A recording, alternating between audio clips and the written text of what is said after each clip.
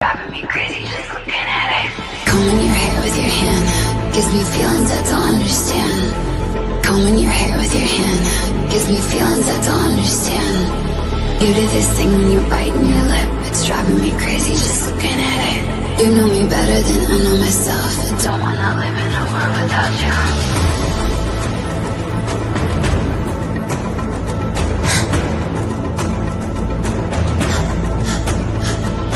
You do this thing when you're biting your lip. It's driving me crazy just looking at it.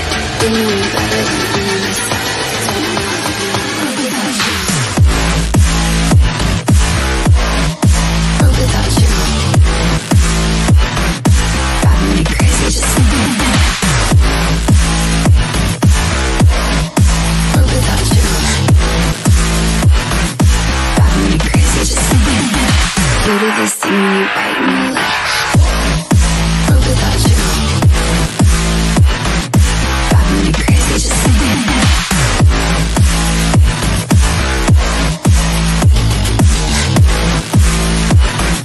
Driving me crazy just looking at it. Combing your hair with your hand gives me feelings I don't understand. Combing your hair with your hand gives me feelings I don't understand. You do this thing when you're biting your lip. It's driving me crazy just looking at it. You know me better than I know myself. I don't wanna live in a world without you. You do this thing when I'm talking to you, like everything freezes and it's just you. You do this thing when I'm talking to you, like everything freezes and it's just you. You do this thing when you're biting your lip. It's driving me crazy just looking at it. You know me better than I know myself. I don't wanna live in a world without you. Give it to me like world without you. Driving me crazy just looking at it. World without you. Driving me crazy just looking at it. You do this thing when you're biting your lip. World without you. Driving me crazy just looking at it.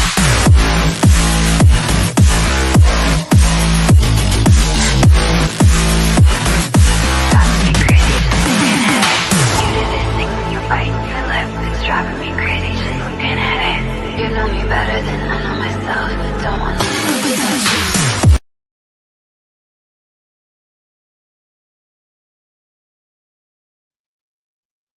Good morning, everyone. Hope everyone's doing well for themselves.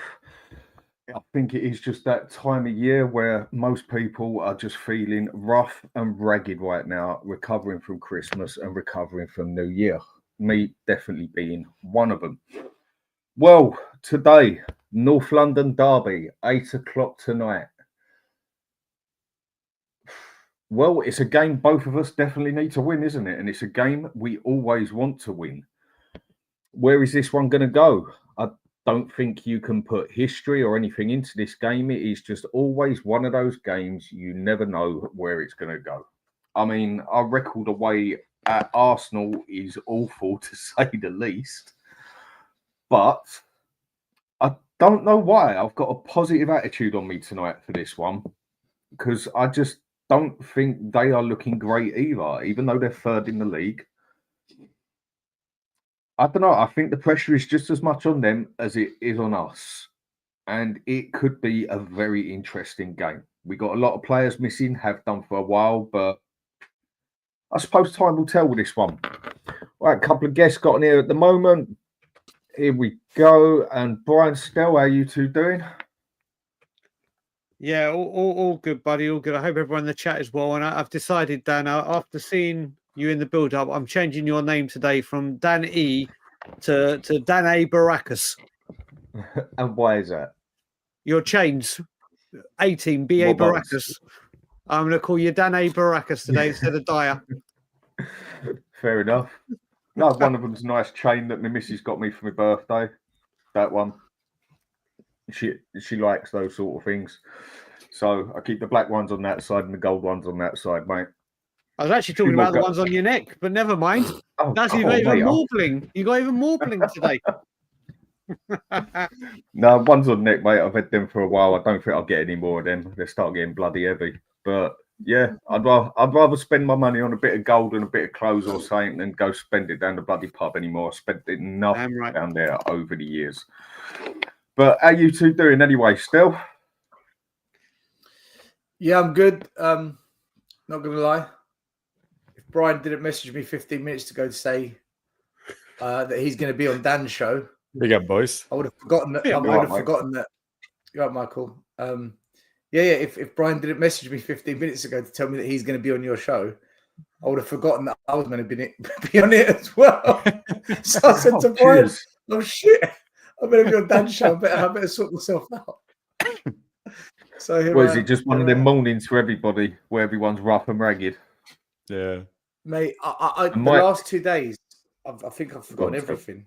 Sending people links, what shows I'm meant to be on. I've just, mate. Twice you've done that now, but at least you tried. At least you tried, Stel. Mate, do you know what? I think I've got. Do you know what? I might have dementia. Oh, mate, I'm quite young. I don't wish you that my grandma has dementia. It's a fucking horror, mate. I mean, not like the deep dementia, but she's starting to, forget things. It's a fucking nightmare. Trust me. Welcome to the NLD. Yeah, when you hear for the 8th time that you are going to have, the same soup for dinner, and and it's fucking 12 a.m. you try to rethink your life. Trust me. It's NLD day, so we're talking about chains. Still forgetting links and dementia. That's probably going to be more exciting than the game. You guys want to hear dementia? I had COVID last week, so that's dementia for you. Let's go back 6 years, right? It is that time of year, isn't it, where everyone is just ill. Yeah. No, I think there's something. My voice is still not okay. I think there's something in this dementia because I heard that we're going to sign Moani 8 times as well. So yeah, I think I'm still hearing it, even though he's gone to Juventus. There you go. You know what? I'm actually kind of happy. I think we dodged the bullet. I never rated Kolo Muani, and I wouldn't be happy if we got him. Michael, I mean, I would be happy because he's better than Werner, right? But it's like Michael. Do you know what it's come to? And this is why I realised as well. I listen. I said the whole time I didn't know enough about him, whether he was good, whether he's bad, whether he's shit. Forget what the fans thought of him and wanted him. Ange clearly did want him. That's the problem. Ange said, "This is my guy. This is the one I want." And we were told it was an obligation to be told that he goes to Juve with no obligation, no buyout. But then it all comes out. Juve are paying all of his wages. And you're like, I see what's happened here. So to me, whether he came or didn't wasn't even the thing. Ange clearly did want him. Whether you like Ange or not, whether you back Ange or not, Ange wanted him. Ange didn't get him. And then it comes out that it was no obligation or anything. It was Juve have offered all the money. Can I that's how you do the job. The thing is, though, if now we haven't signed him, we've dodged a bullet. But if we did sign him, put some respect on Levy. Can't you see what he's done? Look at the play he's brought. So whatever happens here, right? There's a story ready to go. If we get him, he's generational. If he goes to Juve, we dodged a bullet. So that was always going to happen as well. Same Spurs, different day in it. Same Spurs, different day. Right, I'm just going to say hello to a few people on the side, and we'll get to the points. So I think everyone can hear my voice. I'm rough and ragged as well. So at least we can all be ill together. And Mike, with what you were saying on the side with your grandmother, I went through the same with my mother as well. So I understand. Same with my grandmother. Same with my grandmother. I went on the same with my mother. Not a pretty thing, and I don't wish that on nobody. But you're 100% right on what you're saying. I mean, my mother used to say hello to me about 4 times when I walked in because she'd forget that I was in there. A minute later and then remember, and then she used to be back on her feet fine, and then it used to come and go sort of thing. So I wish that on nobody. But anybody, Donna saying hello to everybody as she always does. Hello to you, and Scott, big up to all the boys, big up you, mate. Phil Coy saying Stel and Tottenham away crew, congrats on the big up venture, sounds great. Oh, and come on, you fucking Spurs tonight, let's go. Let's hope we can pull something off tonight. And Phil Coy's big up Dan and panel. Barbaric, good morning. Dan, Stel, Brian, and chat. Good morning to you. And Scott, hello everyone. Hello to you too. Coys87, nearly there. Big up, mate. Ed X. Let's go, ladies and gentlemen. Hoping all is well with everyone in pre-North London derby. And Lapper's saying, morning, everyone. Morning to you too. And Jimmy Hotspur, big up panel and chat. Good morning. Morning to you. And George, morning to you as well. Oh, be afternoon soon. And Kavinsky, good morning to everyone. Morning to you. And also saying, I see Levy is back in Ange with our latest top quality expensive signing, as he always does. Same Spurs, different day, different season, same old Levy, same old shit.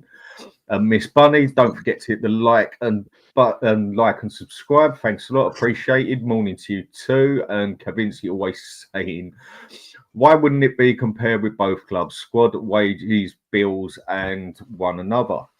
And Nick also saying we have to be positive, we have to support the boys, and we have to give it our all. Well, we should be doing that every game, in my opinion. But today is definitely going to be one that shows. And stop drifting, saying, give me a draw tonight, and I'll take it. Just don't lose again. Do you know, we'll go to that one. What people are saying, and Bella always saying big up Dan, big up to you too, and Sammy saying big up to the gents. Right, with this game today, I think we all pretty much know who's going to be on the pitch and whatever, or got a good idea of it. I mean, Mike, I'll come to you, mate. Where do you see this going today? For me, I don't think it's as plain and Jane simple as people are saying that Arsenal are going to dominate this. I don't know why. I've just got this funny feeling that this could be a very, very interesting game.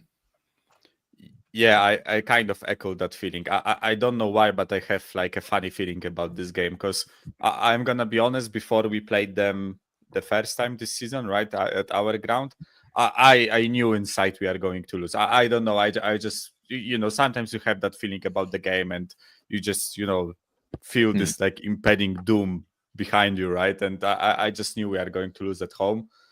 And with this game, I've been watching Arsenal for the past few weeks, right? And they haven't looked convincing, right? So it's going to be one of two things, right? Either they will keep on not being convincing, or they will find their groove for whatever reason this game and smash us to bits, right? But in case it's the first scenario, which I think is more likely, I actually think that they are vulnerable right now. They don't have Saka. They don't have Jesus. Timber, apparently, it's up in the air if he plays, right? There are a couple of other, like, here and there's, people not on their form necessarily. And neither are we. Of course, we aren't on form either, right? But I don't know, this Spurs team just, whenever I feel like they aren't going to do anything, they do something, and whenever I feel like they are going to perform, they don't, right? So it's I have a sneaky feeling, and I don't think it will be like a wipeout. I don't think they will just go out there and dominate us completely, like score 2 goals, shut down, and it's going to be 2-0 or something like that, right? But I think we have a chance, actually. I also think we got a chance as well. Don't ask me why. I'm not always the most positive one out of everyone and that, but I don't know. Today, I just got this feeling we can definitely do something with them, because I think without Saka, I think they look half the team of what they usually are. I didn't think they. How do I put it? I didn't think they relied on him as much as they actually did. I know he was always a big player in there and that, but without him, they just look like half the team they were. And we've definitely got a capability of upsetting them, but then we definitely know what they've got, depending what tactics they go for and everything. Are they just going to sit back and take it and wait for the chance? Are they going to come at us? We know we're going to go at them. I just got a feeling this could be an interesting one, and we could nick this 2-1 today. I mean, Brian, Stel, what do you two reckon on this today? I think there's a chance it could be a very interesting game that can go our way. Go on, Stel. Well, first of all, if Alex Box Office, the professor of truth and entertainment, back to you, everyone. If he's watching this show, Alex, my friend, and he is my friend, you said to me last year that you're fed up and you're sick to death and you don't want to hear this song anymore because you don't think it's relevant, and you told me off about singing the Sol Campbell Judas song. Let me tell you something, right? This son of a bitch had the audacity, the absolute freaking shithousery to release a advertising video the day before the North London derby. No provocation, no need to shit all over, absolutely crap all over Spurs. Every part of that video, it's piss take on Spurs, piss take on Spurs. Then he shows his red jumper underneath his white jumper. Then he's dusting the trophies he won at the filth. Then he's saying how he'll switch provider. Let me tell you something. He's a Judas. He'll always be a Judas. And we got to sing these songs to the day we all die, right? Just had to get off my chest. Who the hell is he to do that, man? Of all days, he knew exactly what he was doing. Alex, all those songs, that's why we do it. Because he's a beep. All right. Done with the Judas bit. He's always going to be a Judas. The game. I don't think we're going to beat Arsenal. I don't think we're going to beat them at all. Their record at home is still excellent in the league. Our record there in the league is nothing short of woeful. It's just as bad as going to Stamford Bridge or Anfield. Those three stadiums for us are horrendous. I don't think this conversation of they're not playing that well at the moment really means much, because if anyone watched our performance against Tamworth, we weren't exactly pulling up trees against the mighty part-timers, were we? So no, we weren't. Let's have it right. And even the 1-0 win against Liverpool, I think Arsenal's defence is better than Liverpool's, if I'm really honest. And I also feel that if you look at the Man United game where they won, they knocked out Arsenal, other than the Bruno goal and a last-minute chance from Xerxes that Ray made a really good save, what did Man United actually create in that game? Not much. Arsenal's defence doesn't give away a lot. Having said that, we're the exact kind of team you don't want to play against, because we will find a way to put the ball in the back of the net or create chances. We're actually quite good at that. I think, guys, it's going to go one or two ways. Either we go there and we jump on the fact that Arsenal do have a lack of firepower. They're not really scoring a lot of goals at the moment. And we get a draw, a 1-1 or a 2-2. Or this is Arteta's job on the line now. If he doesn't get this win, it's going to go absolutely nuclear, especially after the meltdown on social media, AFTV after the Man United game. I mean, they drew to Brighton, lost to Newcastle, lost to 10-man United, who could go above us today. Hey, aren't we great? I think Arteta's job's on the line, and the fans they're turning. He has to get a win. Plus, Liverpool dropping points last night against Forest. By the way, big up to Nuno. Let's give some respect to them. They're doing great. Second in the league. If Arsenal win, they close the gap on Liverpool as well. So there's a big incentive for Arsenal to win. The pressure is on Arteta to get a result. And I think that will either lead them to the win, or they continue this kind of run of not quite being able to win games and we get a draw. I don't think we'll beat Arsenal, man. I don't think we're good enough to beat Arsenal at their ground. I'm being honest with you guys. Not with our defence. Apparently, Richarlison's back. Whoopee fucking do. Right. I don't see it, guys. I think a draw is the best we'll get, and I'd take a draw right now. I would. Our manager, by the way, and our chairman should be under immense pressure to get a result tonight. Because if Man United win, we go 14th. If Palace win, we're equal with Palace. Like this is unacceptable. And I'll go to Brian now, because he was talking about the 90s, how we've moved on from the 90s, and I'll let him talk about that now, because he seems like we're back there. I think right, Brian, just before you do that quick, just want to say thanks to the couple of super chats got sitting there. A user, thanks a lot, mate, much appreciated. Gig game for us. Come on, you guys, do it for the fans. Yeah, well, let's hope they can do it for themselves as well. I mean, that's one thing they don't seem to do, let alone for the fans. And a user again, thank you very much. And last time we won at Emirates was 2011. Let's change that. I mean, even finding out the other week that we actually have a worse record there than we do anywhere else. I didn't actually know we had a worse record there than at Anfield, basically. So that was one I learned the other day. Anyway, We Brian, had and we had just want to say we had Van der Vaart and Gareth Bale in 2011, two absolute worldies. Just to put some context on it. And Luka Modric. And look, Yeah. And a future Ballon d'Or. Yeah. What I will say first of all, just touching on the Sol Campbell thing. There's a few things I'm going to say, but I'm going to start the Sol Campbell thing. The advert thing just is pathetic. He's a joke of a man. 2 years ago, they need to drop it. They need to stop this. They need to do. It's over. And then of course. But the worst thing is I saw a video floating around today that he's gone on Don Robbie and done an interview with him, and actually turned around and said, I think this is more about colour and confusion. So let me just educate and unconfuse Judas.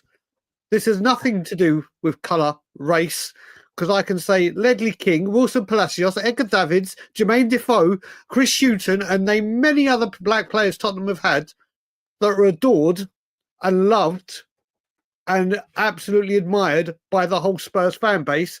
And just to educate you on confusion, this has got nothing to do with colour. This has got to do with loyalty, respect, backstabbing, and a load of other traits. So educate yourself, Sol, before you cry wolf, you little bitch.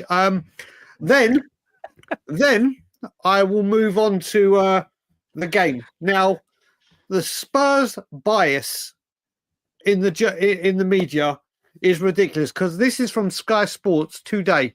This is a headline for them today. North London derby poorly timed for depleted Arsenal as Tottenham look to capitalise on weakened Arsenal team. Hello? You want to talk injuries? You want to talk depleted? But now it's a bad time to play Arsenal because Sky are just pathetic. Mainstream media are just absolutely pathetic. And people want to turn around and say me and Stel have agendas. Who'd have thought it? But like Stel said, you're going back. Well, actually, before I even go on to what Stel's saying with the 90s, when you look at it, we have won one Premier League game in the Emirates since it's been built. Premier League. They've won more at our new stadium that's been open for 5 years. Yeah. But we'll let that bit slide. What happens when we go to these places is it is a pure mentality thing, because we have played some awful Arsenal sides during that time that we should have beaten. This game, it's the occasion for us, the fans. This is the day of days for us.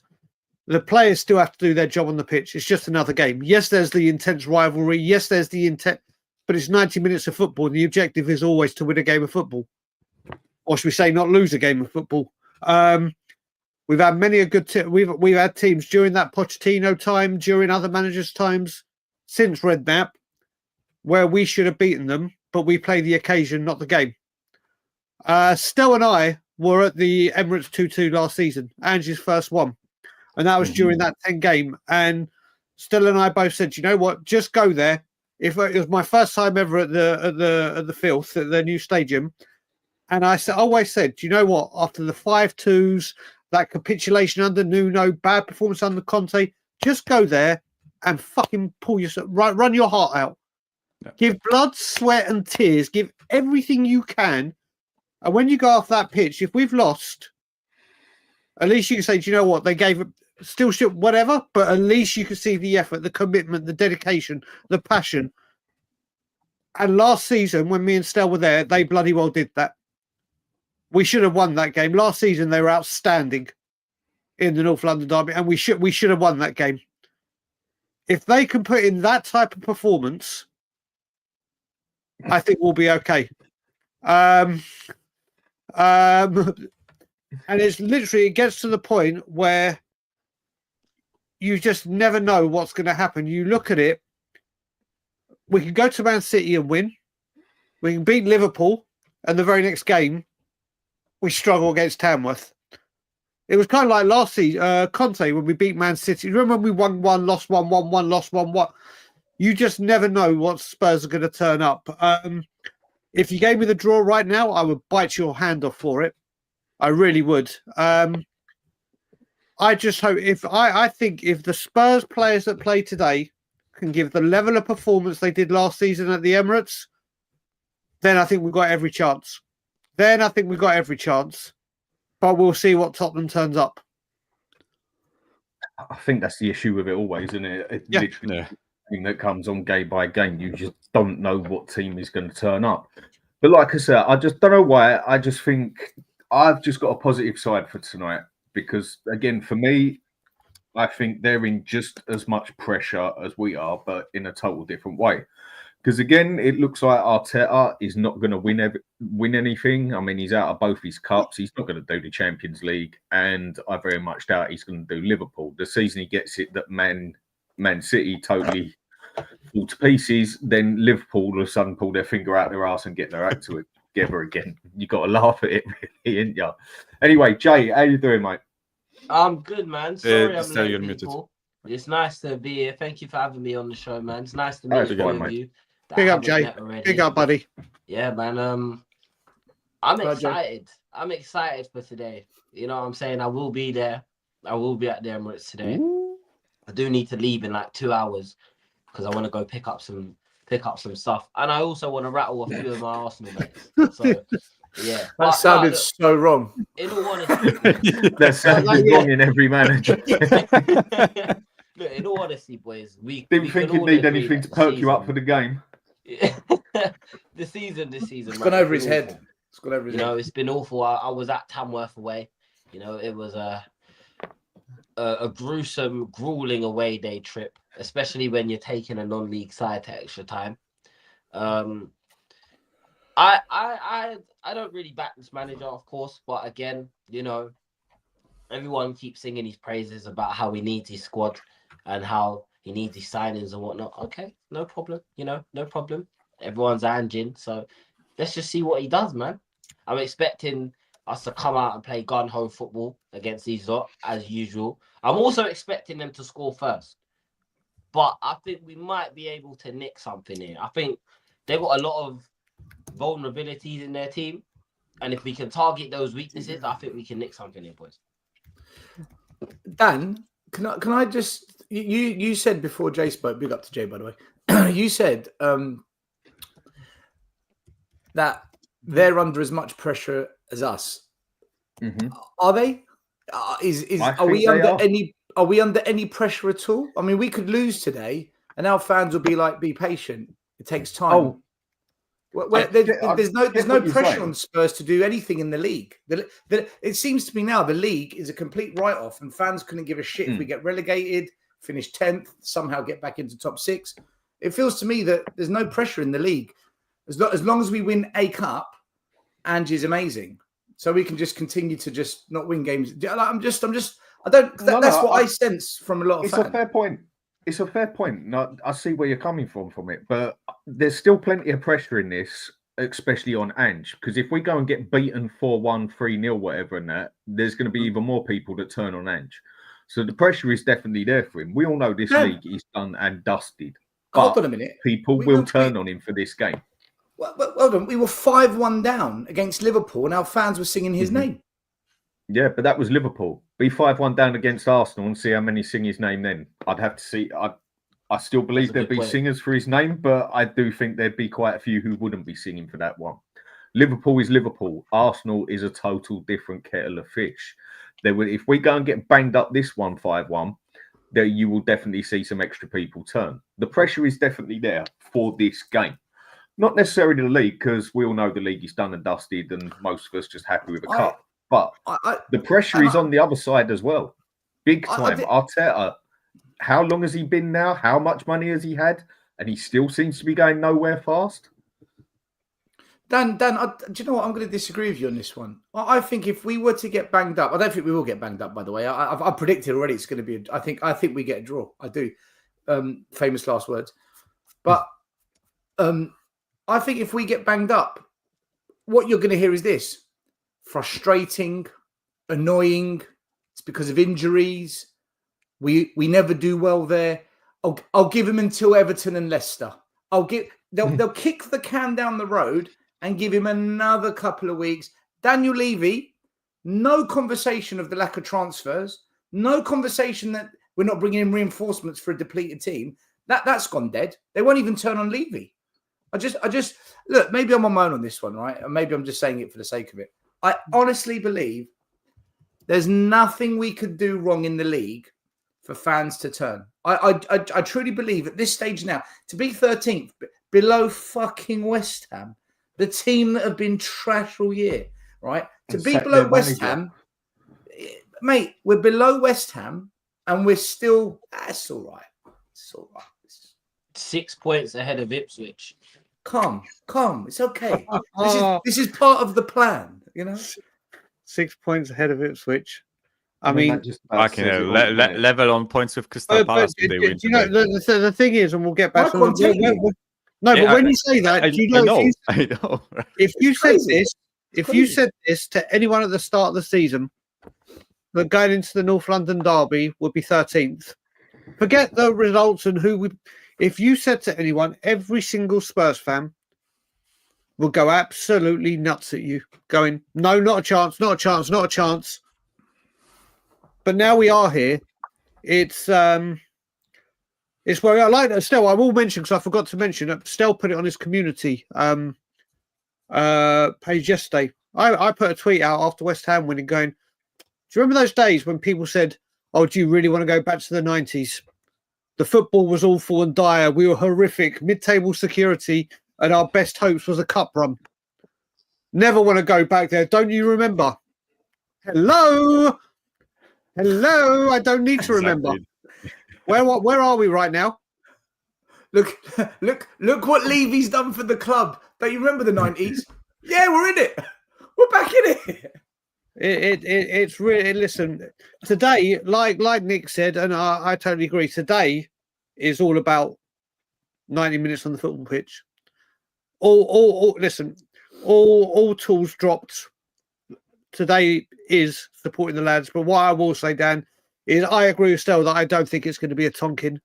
But if it is, all I will say is thank God it's away. Because as I've always said, the away fans will do what the home fans won't. So there's that. But I don't think it's going to be that. I don't think it's going to be that at all. But today is solely about 90 minutes on that football pitch and getting the job done. Yeah, I agree. And just to add something to here with what you're saying here, Dan, if you check, Spurs have spent more than Arsenal in the last few years. Okay. Then add the next few years before then on top of it, and add it with this one, Arsenal spent significantly more than us. So if you want to put it on the past 2 years, whatever, but if you put it on the last 7-8 years, they've spent more than us. Also, like, not to excuse Ange or Levy or anything, right? But if you actually look at it, we've also like gained a lot of money out of selling players, right? I know it's been like 15 million here, like 10 million there, and whatever, right? And again, it's not an excuse because the 400 million that we've spent has been absolutely shambolic in certain places, right? Some of the players we've brought in are absolute wank, right? But we actually got like 100 million for Kane, 20 million for Højbjerg and other players, right? So I know net spent is bullshit, right? And people just, tend to frown upon net spent, right? But I don't want to excuse Arteta for not spending money or Ange spend more than him. This motherfucker spent like 700 million, right? On the squad. And he doesn't have a striker. It's not our fault.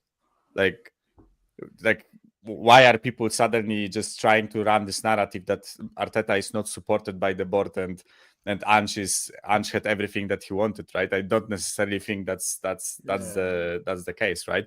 But I also want to say something that Stel said about the pressure, right? I actually think there is far more pressure on Arsenal with this game than it is on us, right? And as much as I don't want to say that I don't really care if we lose, because I will care if we lose, right? Of course I will. But if we lose, does it really, like, it puts us in more of a shithole, right? But we are already like knees deep in it, right? Or even higher, right? So, I was going to say more like waist deep in it. Yeah, more like waist deep, right? Or even higher. But Arsenal, if they lose this game, like the sequence of games that they had recently, right? This is what matters. I think football is a lot about momentum. And when you look at momentum, they drew with Brighton, they lost to Newcastle, lost to United on penalties, and now they lose to us in the North London derby at their ground, right, the momentum will be a killer, right?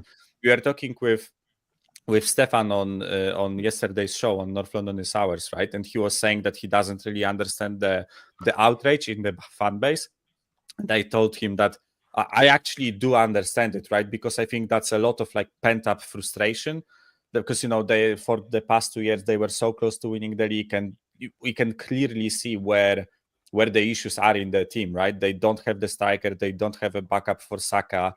Their midfield lacks a bit of quality, and their defense is fine, right? But I think it's just pent up frustration, the cup exits, the way they have been performing, the chances missed, right? And now there is a magic factor of pressure on Arteta to win this North London derby, right? I think there is like a huge pressure on him. And also I think one thing which kind of doesn't give me confidence, but is like I think I have to consider is there has been like a lot of scrutiny on Arteta for the style of play, right? People have been criticizing his approach to games. And I don't think like the Emirates crowd will accept them parking the bus for 90 minutes like they did against us, right? It was a good tactic to make when they came to our ground, just park the bus, played for set pieces and counters, right? But at their ground, I don't think the crowd will accept that, especially with the context of previous performances, right? So I think they will try to come out and play us, which I kind of think can actually work in our way, because all of us have been saying that our better performances this season where we actually sat back a bit and tried to play on the counter, like Liverpool, City, Villa. We played on the counter a bit, right? Those games where we didn't necessarily have all the ball, like 70% ball possession. And I think Arsenal will come out to play us, right? Because there is pressure on Arteta to play better style of football, and I actually think it can kind of work in our way, if you get it, right. That's why I'm not necessarily like so down about it, right? Because when we are playing them at our ground, I knew they are going to just park the bus and score off a set piece, right? And I knew if they park the bus, we aren't really going to break them down, or at least I didn't see us breaking them down, which happened, right? But at their ground, I think it's going to be a bit of a different Michael, different approach from them, right? Are they going to want to sit back at home basically and just take it and do it I that don't way? think they will just park the bus at their own ground, right? Michael, I don't think they will do either. I don't think it's going to be a choice, because for me, if you look at Arsenal the last kind of couple of months, their weakness is they're a bit like Spurs. They can't break a low block. They don't know what to do. They don't have the tools to do it. Odegaard was good because he linked well with Saka. Now he's lost Saka. Odegaard doesn't look quite the player. So for me, if we do go into that kind of more defensive play, they don't know what to do. And we are better in the transition. If we set up that way, this is why I think we could get a draw. But if we don't, then there could be problems. Where we're going to struggle tonight, for me, is Arsenal's strength, set pieces. And I actually want Arsenal. I actually want Arsenal to really push for set pieces, because everyone's bigging up Kingsley. Everyone's saying how much better he is catching the ball, coming out to control his box. Tonight will be a good test. We can really see what Kinski's really about, because he's going to come under that pressure. So we can really judge our goalkeeper tonight. But for me, I think this game is going to come down to two things. One, as always, the midfield. If they start Declan Rice, Partey and Odegaard, for me, they've won the midfield battle. At their ground, they will win the midfield battle. Those three players are top. Who are we going to play? Basuma, who's been playing well lately, who actually I think might have a good game. Pape Sarr, hit and miss. And then it's either Kulu or Maddison. Again, hit and miss. I mean, Sarr's been more of a miss lately for me. Yeah. Sarr, I think he's been pretty goddamn shit lately. Sarr's been a miss. And also Kulu looks knackered. He does. And Maddison, is he even friends with Ange anymore? I don't know. So I think the midfield at home, Arsenal are better than us all day long.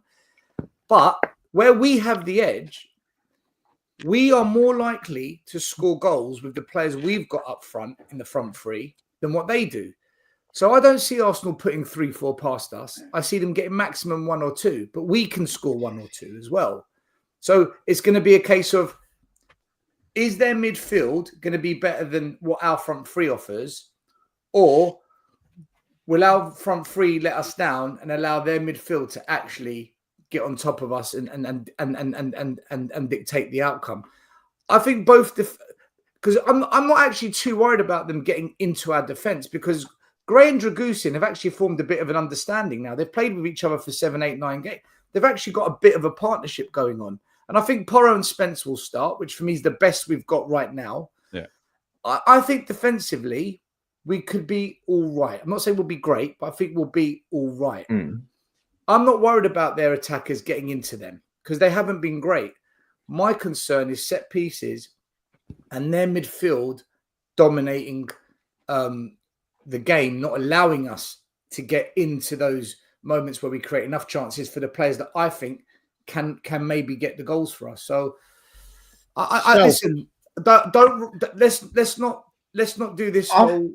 But still, there's one thing I want to ask you about this. They're good. Arsenal is still good. Let me just do quick. Go on, Dan, bro. Just want to say thanks to Phil P. I'm not even going to try and read out that part. Like I say, my eyesight for this sort of stuff is just not made for it. North London is ours. I can put that together though, and let's hope it is, mate. Thanks for the super chat, and also to a user again. Thank you very much, mate. Spurs battle Wembley for Ben and Eubank in April. So do you know what, a user? I will say this. Stel and I, and Stel vouchers. Then I'm going to go back to what I was about to say. Stel and I were on the Danilish show on Sunday evening. Or it had been early Monday morning, UK time, Sunday evening, my time. And I said, I guarantee that Spurs will announce another event that they're going for before we sign a player. I had to wait less than 24 hours. Yep. I like I said, Stel, when we say this shit, it's not reaching for the stars and hoping to grab them. We know what's coming, but what I will say, and I know Angus and Vindaloo are here. I've spoken to a lot of my Arsenal friends and seen some Arsenal content as well. What they've been saying, and my mates were saying it more, but then I heard them saying it on Arsenal channels, is with Arsenal, they've been saying recently this season, they haven't been as attack-minded and gone for the jugular like they were last season. They seem to be playing a little bit more reserved. They're saying, do you know what? What we want to see at the North London derby is them say, forget this style of play that we've been playing. Today, we go back to what we were last season and just attack. Last season, they were destroying teams, kind of like we were in that final season of the Lane where games were done at half time. It was like game over. They just literally threw the kitchen sink at it. Now, obviously, they haven't got Saka or whatever. But if, and it's always a big if, I don't know what the Arsenal fans in here will say about it. I'll look out for Vindaloo and Angus's comments. If Arsenal, I don't know if they agree with it, that, they've been playing a bit reserved and they want to see them go full throttle, or they think they will go full throttle. Because I think if Arsenal play the way they're playing at the moment, then there's obviously every chance. But if they come out and revert back to type of last season, obviously minus Saka, then that could be a completely different issue. That could be a completely different dynamic on the game and how we deal with it. Yeah, I agree with it. I mean, it depends. I mean, when they played us last time, they totally changed their system to an out-and-out defence, basically, and barely even played counter-attack. They were just waiting for their moment, and they got their moment. They did it the way they intended to. That's why I say we did not dominate that game. It may say it on the stats and everything, but we played right into the palm of their hands to what they was expecting us to do, and we went and done it, and they went and won the game through it. And the link I've just put out here is for Mark and Mark, their new channel, the Two Marks Talk. As far as I know, they're also Thursday night, 8 o'clock, NLD review with guests. So if people give them a quick like and subscribe, we need to get them up to 1,000 views quick as possible. Be much appreciated, people. I mean, Jay, with the tactics, with Arsenal, with their system, what do you reckon they're going to do today? Do you reckon they're going to do what they did in the last game and go defence and just wait for the set piece? Or do you reckon they're going to come at us with a point to prove, which they haven't really got a point to prove to us maybe, but to their fans, they need to show that they still got it? Or do you reckon they're just going to come for the kill tonight? You're muted, mate. Oh shit, sorry. No worries. If I'm being honest with you, I think they're gonna not come up. Sorry, I think they're gonna sit in. I think they are gonna sit in. I know everyone's saying it's at the Emirates, mate. They sat in against Brighton at the Emirates. You know what I mean? They've sat in against lower quality teams. I know obviously Brighton are above us, but you boys know what I'm saying. Like they're sat in against lower quality teams at the Emirates. This is just who they are. You know, Arteta tried to do this thing where he tried to do copy the Pep way, and I think that's traumatized him. I think that's genuinely traumatized him, and now he only knows how to play the Pulis style of football, the negative. You know, we'll put everyone behind the ball, and we'll just hoof it forward. But I think that could work to their benefit if we get complacent, which we have a habit of doing as Tottenham. We get really complacent. I think they're going to look to attack the space. Porro and Spence are my two. I'm going to have my eye on them the whole game because Porro gets caught out of position a lot. And again, with the amount of minutes that he's been playing, his recovery pace is not going to be up there. He was shocking in that last game, Jay. Take advantage of that. He was shocking in the last game. I mean, like, bad. Yeah. Jay, do you know the thing is though, and again, I'm not trying to disagree with you guys. It's I just want to put a bit of context on it. As much as Arsenal have been quite boring, call it pragmatic, they've changed their style. If you look at their XG, honestly, it's high. They should have scored a lot more goals against Newcastle, a lot more goals against Man United and Brighton. The issue they've got is they're creating. They're getting from defence to midfield into attack and creating, right? Their issue is they aren't scoring. When I look at their games, their recent games, it's a combination of three things. One, goalkeepers for the opposition are having worldies. Like that Man United goalie, when Man United came to us in the Carabao Cup, was absolute crap. He was an awful goalkeeper. He went to the Emirates. The guy's playing like prime Buffon, saving 2 penalties, shot stopping, punching the ball from corners. Like completely different performance to when he played against us.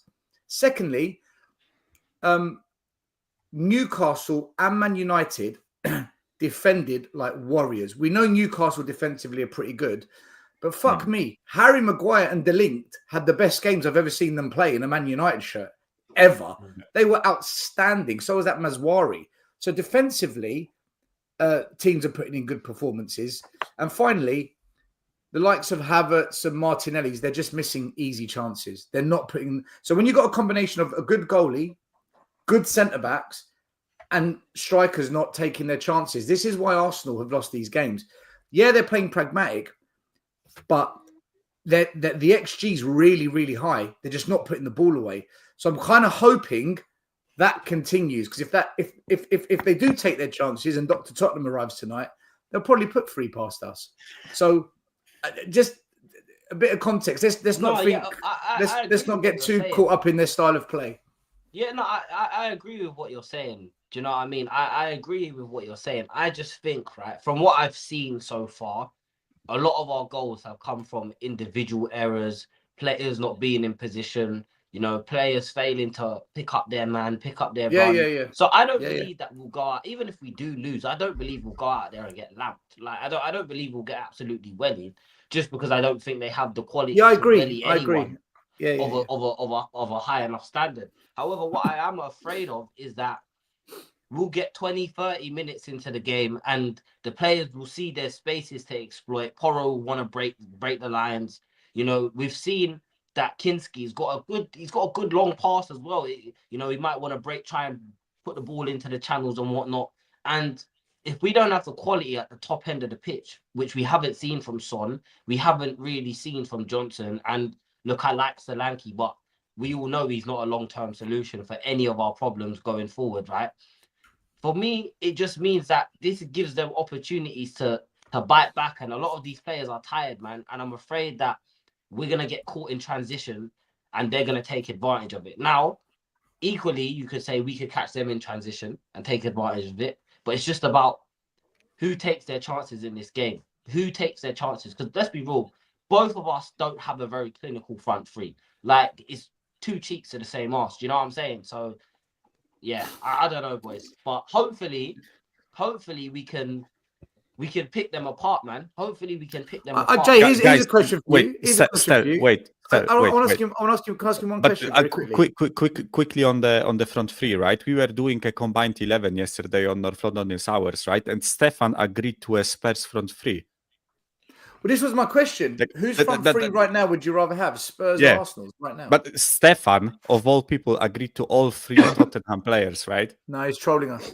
No, he wasn't. Trust me, he wasn't. Like we were debating this for like 15 minutes, right? Because we, as Spurs fan base, we didn't want to put Johnson in, and he was the one trying to convince us that Johnson deserves a spot.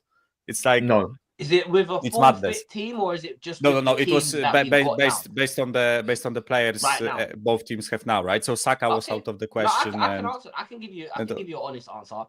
For me, I mean, look, we've got to have Son on that left if he's performing more than Martinelli, albeit he hasn't been performing. Up front, I think is no clue Dom Solanke, but on that right hand side, I don't really like Kulusevski out on the right. I like him in the 10. He brings legs. He brings a bit of strength to the midfield. So I'd probably put Saka's out, innit? Yeah. That's why it was a discussion, right? Because normally so then you have it's a toss of a coin between Sterling and Brennan Johnson, who are both equally as bad. Mate, I'd rather have Trossard on the left over Son. Right now, Son stinks. Stel, have you seen Trossard play recently? He's been just as shit, if not more. To be fair, Trossard has been. You're right. Yeah, that was the point. We was all shocked. We couldn't believe that it went in. We thought like, they're gonna retake the corner or whatnot, and he's just flopped. So Son can produce moments. I think Trossard, for me, I wouldn't want to see Trossard start. I don't think he can start at a top 6 club just because he doesn't have any consistency. He's more of an impact player. But then again, so is Johnson. You know what I'm saying? Yeah. So is Johnson. Werner, don't even get me started on him. I hope Werner's out. He's injured. I hope Turbo Anchor doesn't play for us. Go get an under 16 from the academy. Play him. Jay, Werner's out. Jay, Werner's pulled his hamstring. He's out. He's out. Yeah, Werner's done and dusted, mate. He's out. It's another hamstring we got. Right, not that I'm complaining. He pulled his hamstring running against Tamworth. It was a tough game. I kid you not, guys, right? When we got to the forward line, like all 5 of us, there was like Connor, me, Stefan, Mari, and who else was there with us? There was one more Spurs. Dietrich, right? There were 5 of us, right? And honestly, when we got to the forward line, we were like, can we just put in Solanke and leave the wings like without players, right? We would rather play 9 players than have any wingers from both teams at the current point, right? Because all of them are wank at that point, right? When you Son, Trossard, Martinelli, Johnson, whatever, like I would rather not put any of them in the team. Michael, the thing is shocking. Though, you know my feelings on Johnson. I'd sell him tomorrow. I don't like him. I think he's crap. But he's scoring. But the goals, the tap-ins, whether we want to call them close range shots, it outdoes pretty much most of the Arsenal front line. Yeah, that's why Stefan was arguing to put Johnson in, which I couldn't fucking believe. I think you know what? And I've defended Johnson, but I've come round to he's just not good enough apart from the goals that he is scoring. Yeah. But you can't start him tonight. As much as I hate seeing Kulu on the right, Kulu has to start on the right tonight because tonight is about work rate. Tonight is about effort. Tonight is about helping your defender out and helping you support and doing everything for the team. And Johnson may be able to smash and grab a goal for you at your far post. But one thing that everyone is concerned about, and I've been concerned about the whole time, is his work rate and his getting back and his defensive duties. Is anything else tonight, apart from tap it in? Look, I think, listen, the good thing is you put Kulu wide, you can bring Maddison in to be the creator. I'm not Maddison's biggest fan, but on his day, he can definitely do something. And then you've got the option of Kulu out wide, so you can do that. There is cover for Kulu. And if it doesn't work, you can move it around and bring Johnson on later. I think you've got to start, and I hate seeing him on the right, but I think you have to start Kulu on the right today. You just have to. To also come back and give us that cover we're going to need with reverting and everything else. Because Johnson, I still stick to what I said. Apart from where he taps in a goal here and there. And fair play, I don't care how he scores the bloody goals. As long as they go in the back of the net, that's all that matters at the end of the day. But I still think he is a shit player. The man can't dribble. He's got to be the slowest sprinter I've ever seen in my life. He can't take it on. He can't take his man on. He can't even get past his man without getting a flick on the ear and he hits the floor like a sack of shit or he goes flying off the pitch. He can't pass. He can't cross. He can't control the ball. The list goes on and on and on. Okay, he has a good shot now and again, and he gets in the right places to tap it in. But if you want him to do anything else, he is not the man. Well, I say man. He even down just everything about him, he's like a boy basically. Even though he's in his 20s, he's just I do not rate him as a player in any means or manner. And if you want someone to at least come back and cover on the wing backs because they're inverted or they need a bit of support, Kulu is your man, really. I mean, even Werner does a better job than bloody Johnson at that. I just do not rate Johnson in the slightest. And I agree with what quite a few of others have said. If you're going to see something out of Johnson, you'd probably be best off sticking him up the front, basically, with Solanke. Like Stel said, do with Son and whatever else. I just don't rate Johnson in... I just don't rate him in the slightest. The thing I want to go to is Maddison. Now, for me, this is a game Maddison should be starting, no ifs or buts. 100. But we do know that there's just something not there, or the problem is there something there? I mean, the way them two seem to dislike each other, or Ange seems to dislike him, it's like, I don't know, maybe Maddison did something with his wife and got pictures. I don't know, but there definitely seems tension between them two, to say the least. I mean, should he be starting today, or do you think Bergvall's going to start? Listen, I am not Maddison's biggest fan. I've said, even before we signed him, I'll take Morgan Gibbs-White over him every single day of the week. I absolutely adore Morgan Gibbs-White and think he'd be perfect in our team for all positions in the midfield. On his day, James Maddison, we saw again 2 assists last year. It was during those 10 games when he was causing havoc. On his day, when you need that cutting edge, he can most definitely be it. For me, and I'm being serious here, the 2 midfielders that are sitting kind of speak, or not the offensive ones, for me, Lucas Bergvall's the very first one I'm picked right now. I think he's growing with every game. The one thing that I'm concerned about with Bergvall starting is he's got that Dele Alli in him, which I love, and I just hope a North London derby, the occasion doesn't get to him, and he does pick up a couple of yellows, because we've seen what he can do. But Maddison, do you know what? If there's a game where Maddison needs to say what, and I agree with you, Dan, there's definitely something going on between him and Ange. There's absolutely no doubt about it. There is no doubt whatsoever. But if there is a game like Manchester City on his birthday, where James Maddison can turn around and go, F you, this is what I can do to Ange Postecoglou, it will be this game. But it also works the other way. If he has another game where he's rolling around holding his ankle for the 85th time that he always does, and he doesn't show up, it's like, well, you're not a big game player. It's like, wait, listen, I saw him in the chat earlier, and I will always credit Wayne Holland with it. As we were signing him, Wayne Holland said, when this man is on fire, he's untouchable. He's brilliant. But the second he gets injured or a bit of form dips, you won't see him for months. And he has been absolutely spot on. And today for Maddison, it is a game where if he starts, and I believe he will, but personally, or I would, this is the game where he goes, right, I'm James Maddison. This is a huge game. I want to force my way back into the England team. I mean, there's so much for James Maddison to prove. And this is the biggest of the biggest to do it on. So if James... Perfect game. It's the perfect game, but it could also be the worst game. But I'm just hoping if Maddison starts, he has the game like he did last season, as opposed to some of the games he's been putting in recently, because he needs to improve. He needs to show why we bought him. I think as well, bro, is he gets lost within the pace of the game. Like, I think this is massively down to the system, and I don't know if anyone will agree with me, but I think we play too fast for Maddison. I think the game moves too quick. This is why I've noticed he grows into the game. We get better performances later in the game because the opposition becomes a little bit more leggy. He gets a bit more time to put his foot on the ball and get his head up. Whereas at the start of the game, now obviously there are exceptions where, you know, the City game, Southampton away, you know, there are exceptions where he does come out the traps flying, of course. But I just think overall, he gets lost in the speed of the game. And again, I don't want that to be a thing today. That's why I would have loved to see Kulusevski in the 10. But again, when your options on the right are a 17-year-old and Brennan Johnson, you don't really have much choice, do you? So, yeah, man, I think he will leave. He will, maybe not this summer, but next year he'll probably look to move on. And look, I mean, there's quality out there.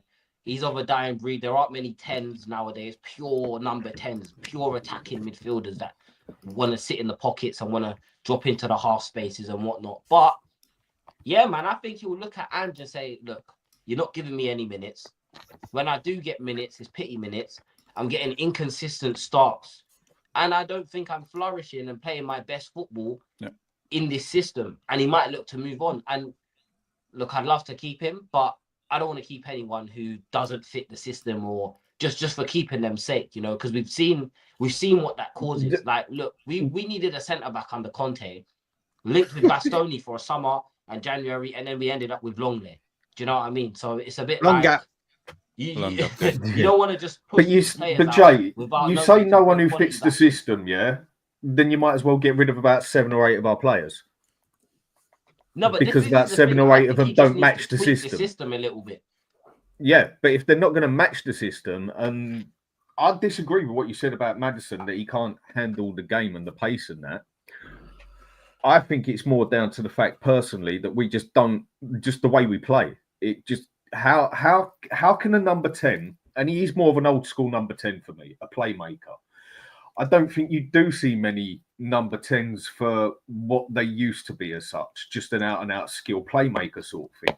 But then we've got 2 inverted wing-backs trying to be the number 10. We got 2 number 8s trying to play like a 10 and 8 and a 6 at the same time. We got inverted wingers coming in. He hasn't exactly got that much option at the best of the times to he hasn't exactly got that much option of what you want an old school number 10, a playmaker, to do, of where he's got options of dipping the ball or direct ball left, right and centre when he's got people 6 foot on his arse, 6 foot on his sides and 6 foot in front of him. What's he actually meant to pull off in a game then? Yeah. I actually think that we are misusing him massively, right? The way I see and not necessarily because like I kind of feel like we have to misuse him in a sense, right? And let me explain, right? Because I think we base our playing out of the back with like Bissouma or the other guy dropping in and taking the ball off center backs, you know, spinning around and spraying the ball, right? And for the past like 2 months, excluding like last 2 weeks, Bissouma has not really been up to scratch with that task, right? Which is why we used Maddison as that, like we've seen Maddison plenty of times dropping deep and trying to splay the ball around, right? And it's more like an Eriksen role for me. And I don't think that necessarily suits what Maddison wants to do.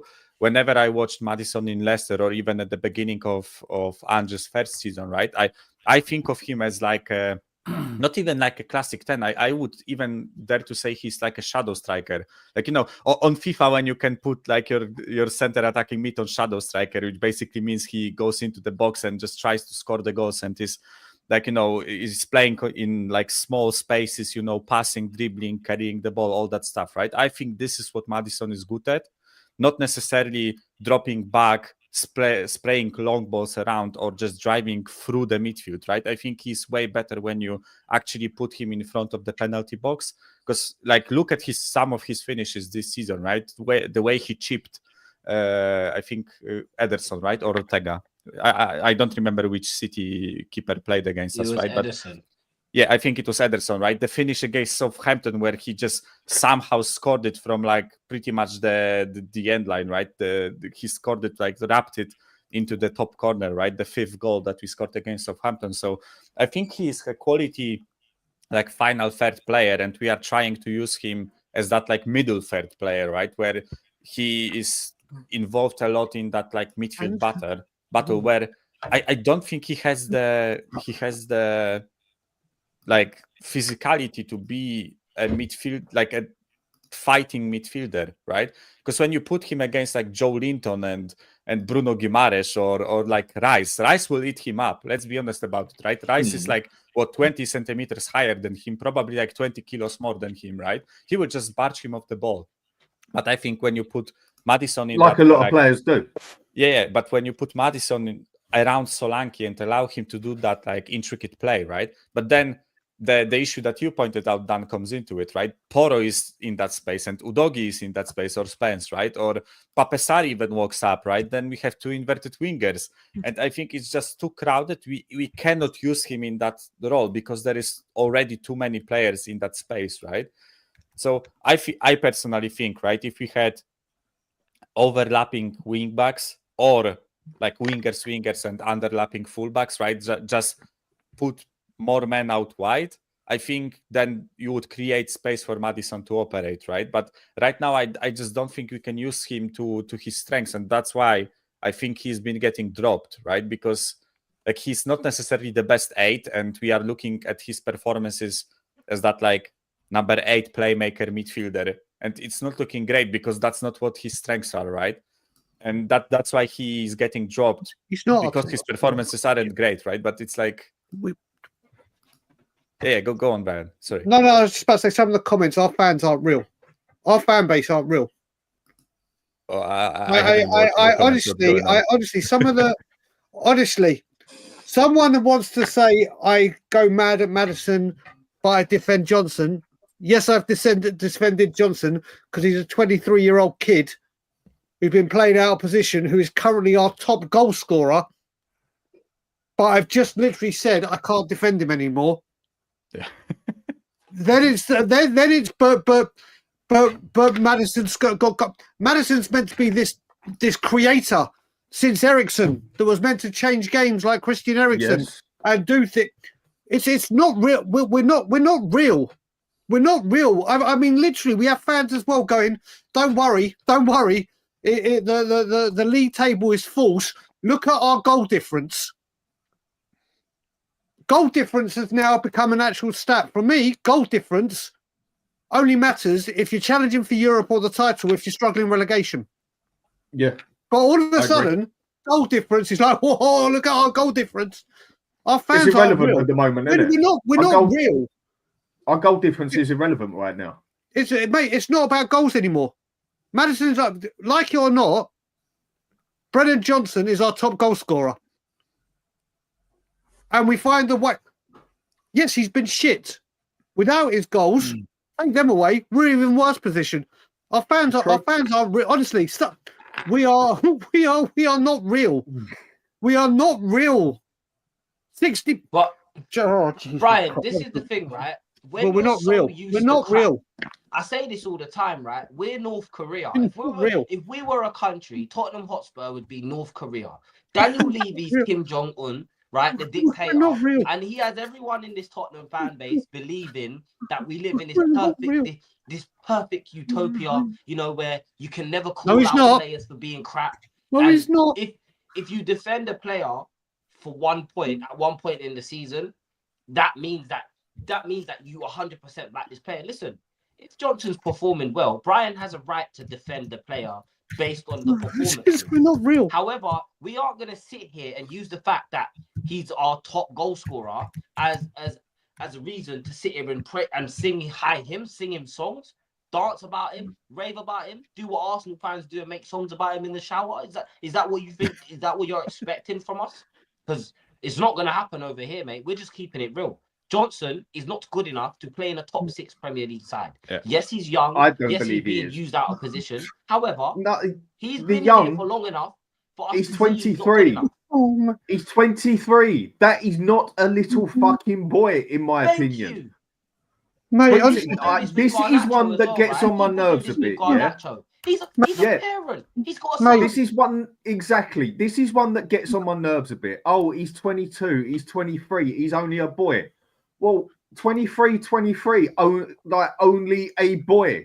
He's a man, for God's sake. Okay, you could even say he's early 20s, whatever. But that is meant to be a man. He's old enough to vote. He's old enough to smoke. He's old enough to drink. He's old enough to go and pay 100 grand a week or 50 grand a week. He is not a little boy. 23 is not a boy, in my opinion.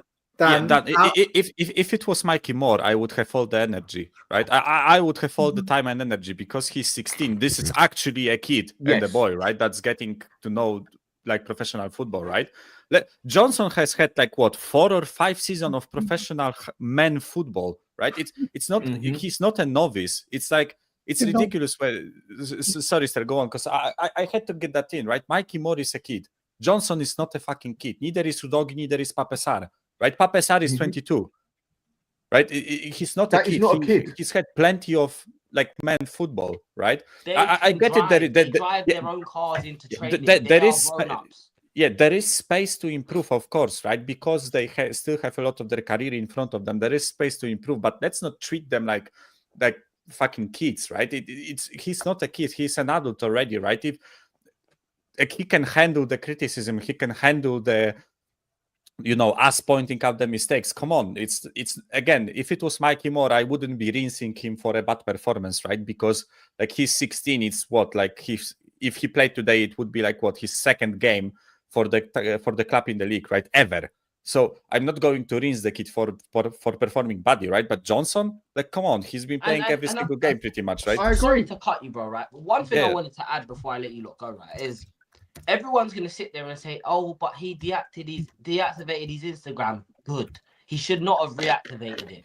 Keep it deactivated. In fact, all of the players at my club should delete social media altogether. Scrap the whole thing. Focus on football.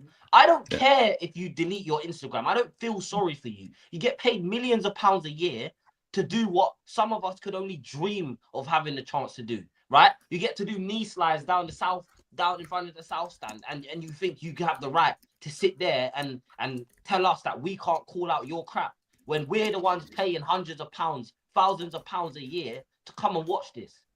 No, mate. I'll tell you lot something now, right? If someone ain't performing to the level that we hold our club to, we're gonna call it out. And if not enough fans call this crap out, then that breeds complacency, because the players will think, oh, well, I ain't scored for 12 games, but you know what? The fans are still on side. The fans are still on my side. So what does it matter? I'm only a boy. I can get away with it. But the fans haven't turned on me yet. So what does it matter? It breeds complacency. And if you guys want to be a mediocre team, right? You want to be a mid-table side who doesn't care about finishing in Europe or winning any silverware, then go and support Brentford or Brighton or Palace or Wolves or one of them teams, right? But get out of our football club. Leave our football because you guys are running it into the ground.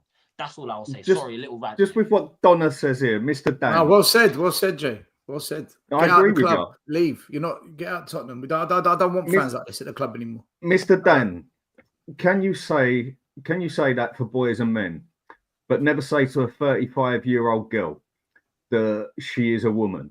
I am still a girl. Well, when I've had 35.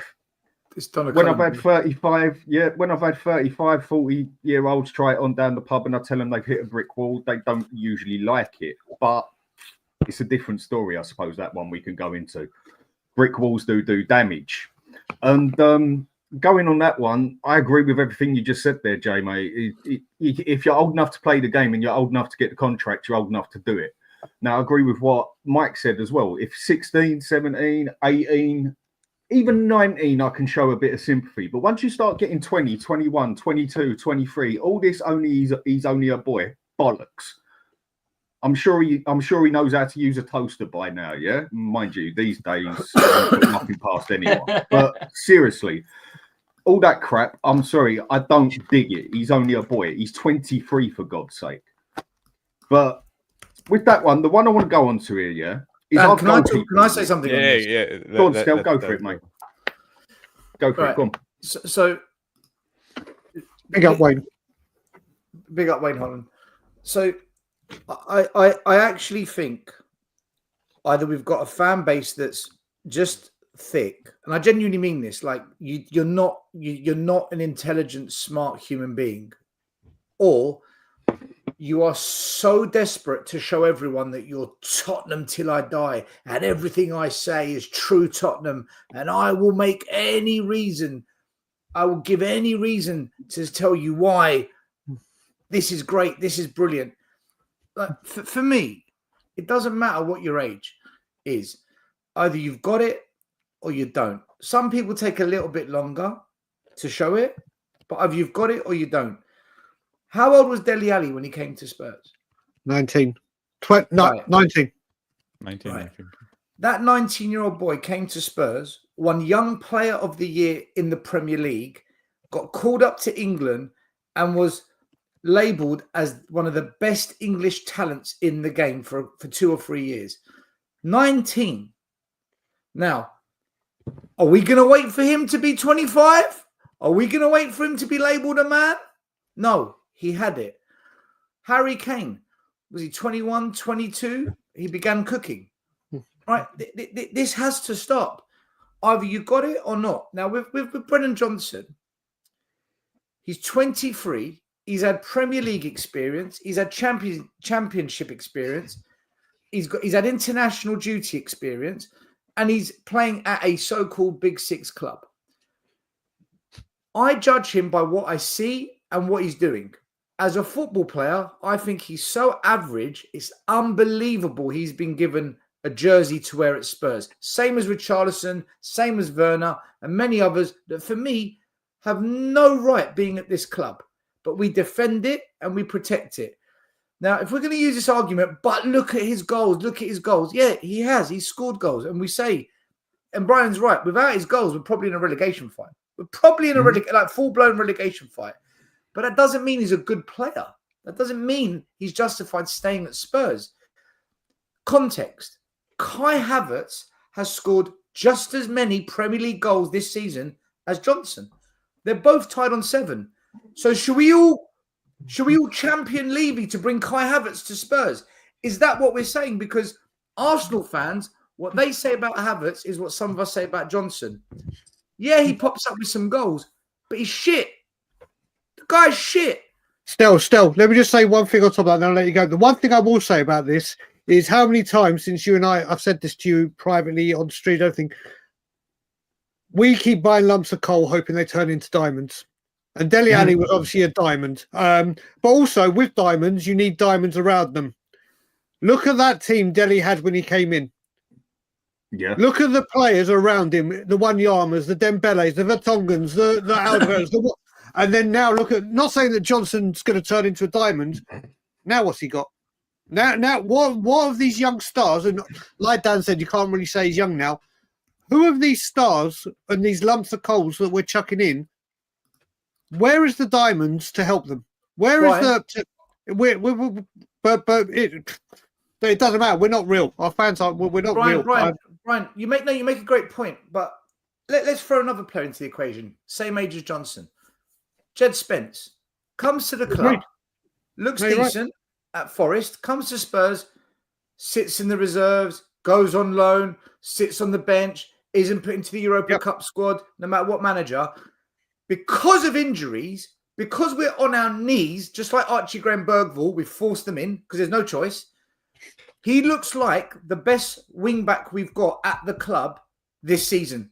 From what I've seen, he looks like he's having a better season than Udogie, Porro, Reggie, right? That's a player. You remember I said sometimes it takes a bit of time. He's not been given a proper chance. He's not been given a proper run in this team. Let's see how he does for the rest of the season. Let's see once Udogie comes back and Porro's in full fitness, if he's dropped or kept. But my point is, you can look at a player and say, right, are you a good footballer for the position you're playing? For the position you're playing in, are you a footballer? Because if the answer is yes, we can work with that. We can develop that. We can hopefully build players, like you said, Brian, around that player to elevate them. Mm-hmm. But if I can't see that you're a good footballer, like Johnson's an attacking right winger, I expect you to take on a man. I expect you to make killer passes through the lines, putting accurate crosses on a regular basis, and to score goals. He does 1 of 4. He ticks 1 box out of 4. Why would I want him at the club? Timo Werner. Right. Timo Werner. He ticks 1 out of 4. He gets up the line and Does smashes he? balls in the box. I think he doesn't.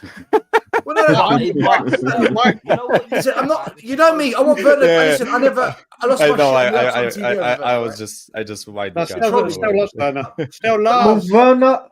Werner can take his man on better than Johnson and Son, as far as I'm concerned, and he does a better job of it. This is And why I the gave him 1 fact, out. like, I agree with you on that one. I just want to say on Super Chat, a user again, thank you very much, mate. Appreciated. Why are our lumps of coals all turning into potatoes?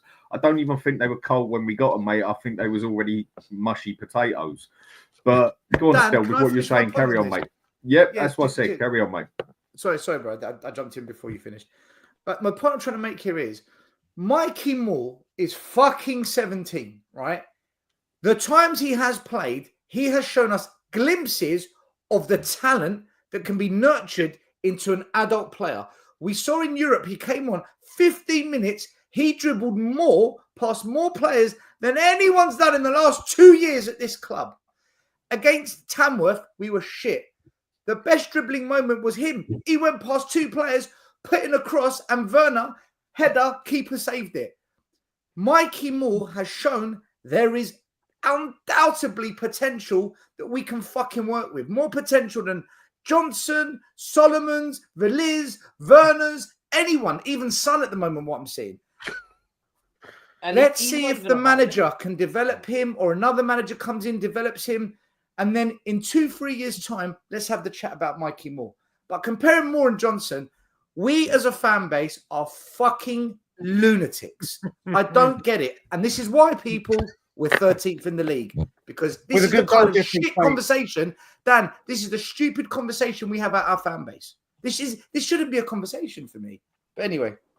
You know what? Just quickly, Johnson isn't a right winger, okay? Johnson is a second striker. He's an inside forward. Yeah. He needs to be playing in a 4-4-2 with a big striker next to him that he can run off the back of.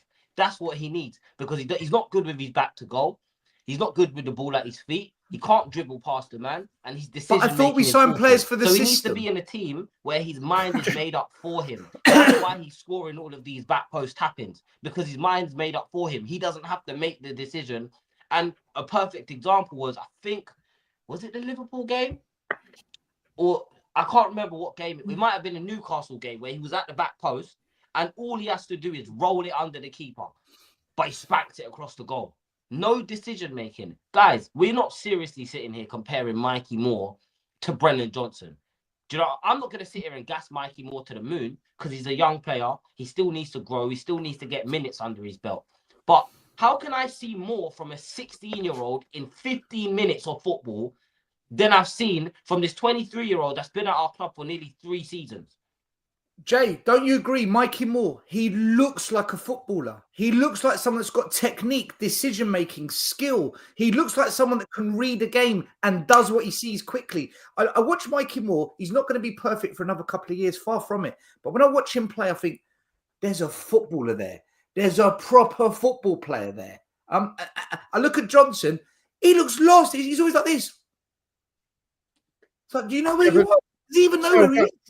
Going back to what you said with that cross with Mikey Moore, that's what I've spoken to you and been on streams about saying. That's the exact cross that Dominic Solanke needs. Yeah. But when he's on the pitch, we never do it.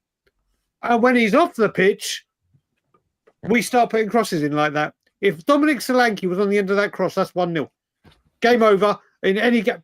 That's his bread and butter. Just like the Porro one for his assist against Newcastle. But we don't do it. We don't do it. And like you said, Jay, it goes back a long, long time with players in this system. And it's the one I bark on about all the time. With Johnson, like you said, he's not a right winger, but we'll buy him and say you play right wing. He's brilliant at counter-attacking football, but we won't play counter-attacking football. People want to bitch and moan and say Soldado was a flop. No, he wasn't. We bought a striker that was prolific in La Liga, year after year, scoring 20 By plus having a goals. man next to him. Exactly, Dan. Playing in a front two. Then we bring him in and say, do you know what? You're going to play up top by yourself and make space for the oncoming runners. Then we buy, going back even further, Sergei Rebrov. Rebrov, who was devastating with Shevchenko and was the creator behind Shevchenko. Who we chose bring him over in. Shevchenko. We bring him in and say, right now, you're not going to play the Rebrov role. You're going to play the Shevchenko role. It's what we do. We buy players at this football club that do really good in one position and then go, right, we've seen that, but yeah, you'll come to Spurs. We're going to do something completely different with you. What is the point? What is the point? Brian, can I just add one thing here as well, right? Regarding Mikey Moore, because I'm just reading the chat and listening to you. If you're a really good player, sorry, if you've got something about you and you're surrounded by really good players, they will elevate you to the next level because you're learning off of players better than you. There's this saying, I'm sure you've all heard it. You don't want to be the smartest man in the room, right? Because what are you going to learn? You want everyone else to be smarter than you so you can learn. I need to get to that level now. Sometimes, and I saw this with Gareth Bale and I saw it with Saka. If you're in a team that isn't that good, but you're just given minutes, sometimes that elevates you to push harder to lift the team, and it makes you. Gareth Bale carried Tottenham at a young age. Harry Kane carried us at a young age. Arteta was on the brink of being sacked. They were so shit for years. Saka, Emil Smith-Rowe saved him, and Saka rose. So sometimes, just sometimes, a young talent can galvanize the club. I'm not saying that's going to happen with Mikey Moore, but sometimes us being shit could make Mikey Moore. But then to take him to the next level, yes, then we need to bring in those top players like the Declan Rices, like the Odegaards, like Arsenal did to elevate the youngsters to the next level. But there is an opportunity here, us being shit, for Mikey Moore, because we're so crap. Just give the kids a chance, man. It can't get any worse.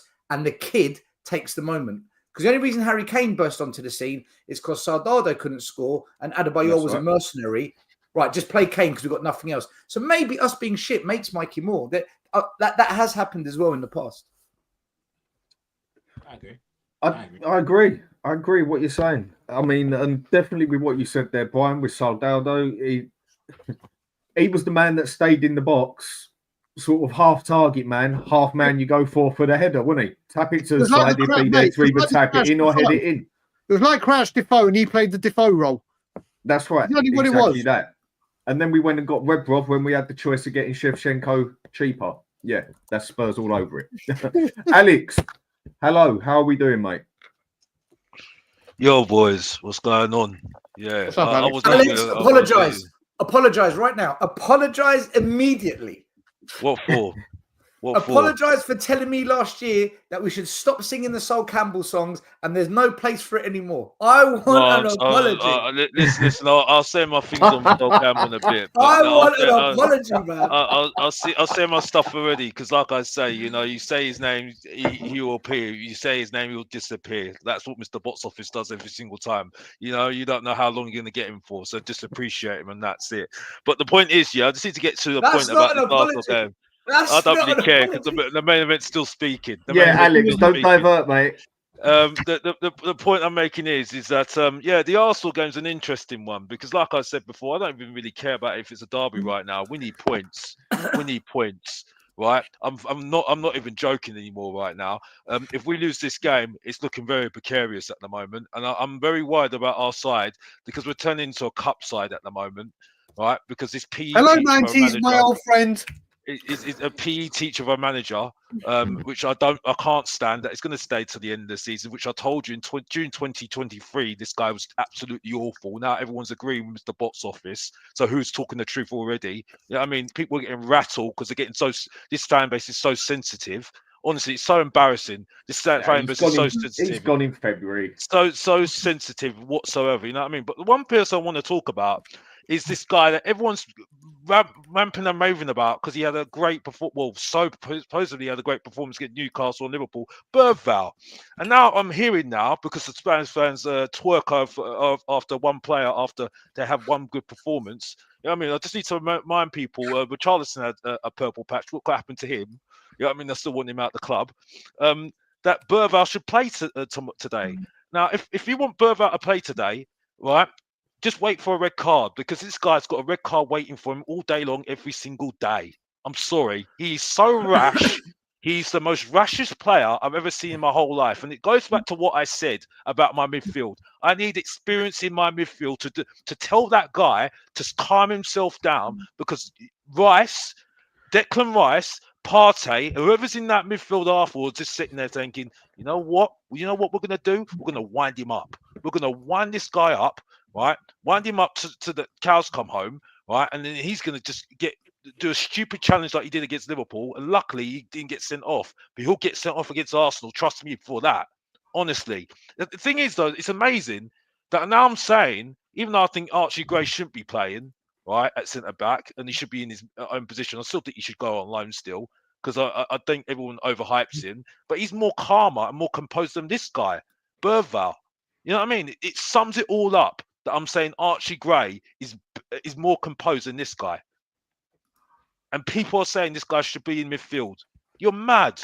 You are mad if you're putting Berval in that midfield. I'll put either, even though I don't even rate him, because he's had two all right performances. I'll put Basuma in midfield, Sarr in midfield, and I'll put Maddison in midfield.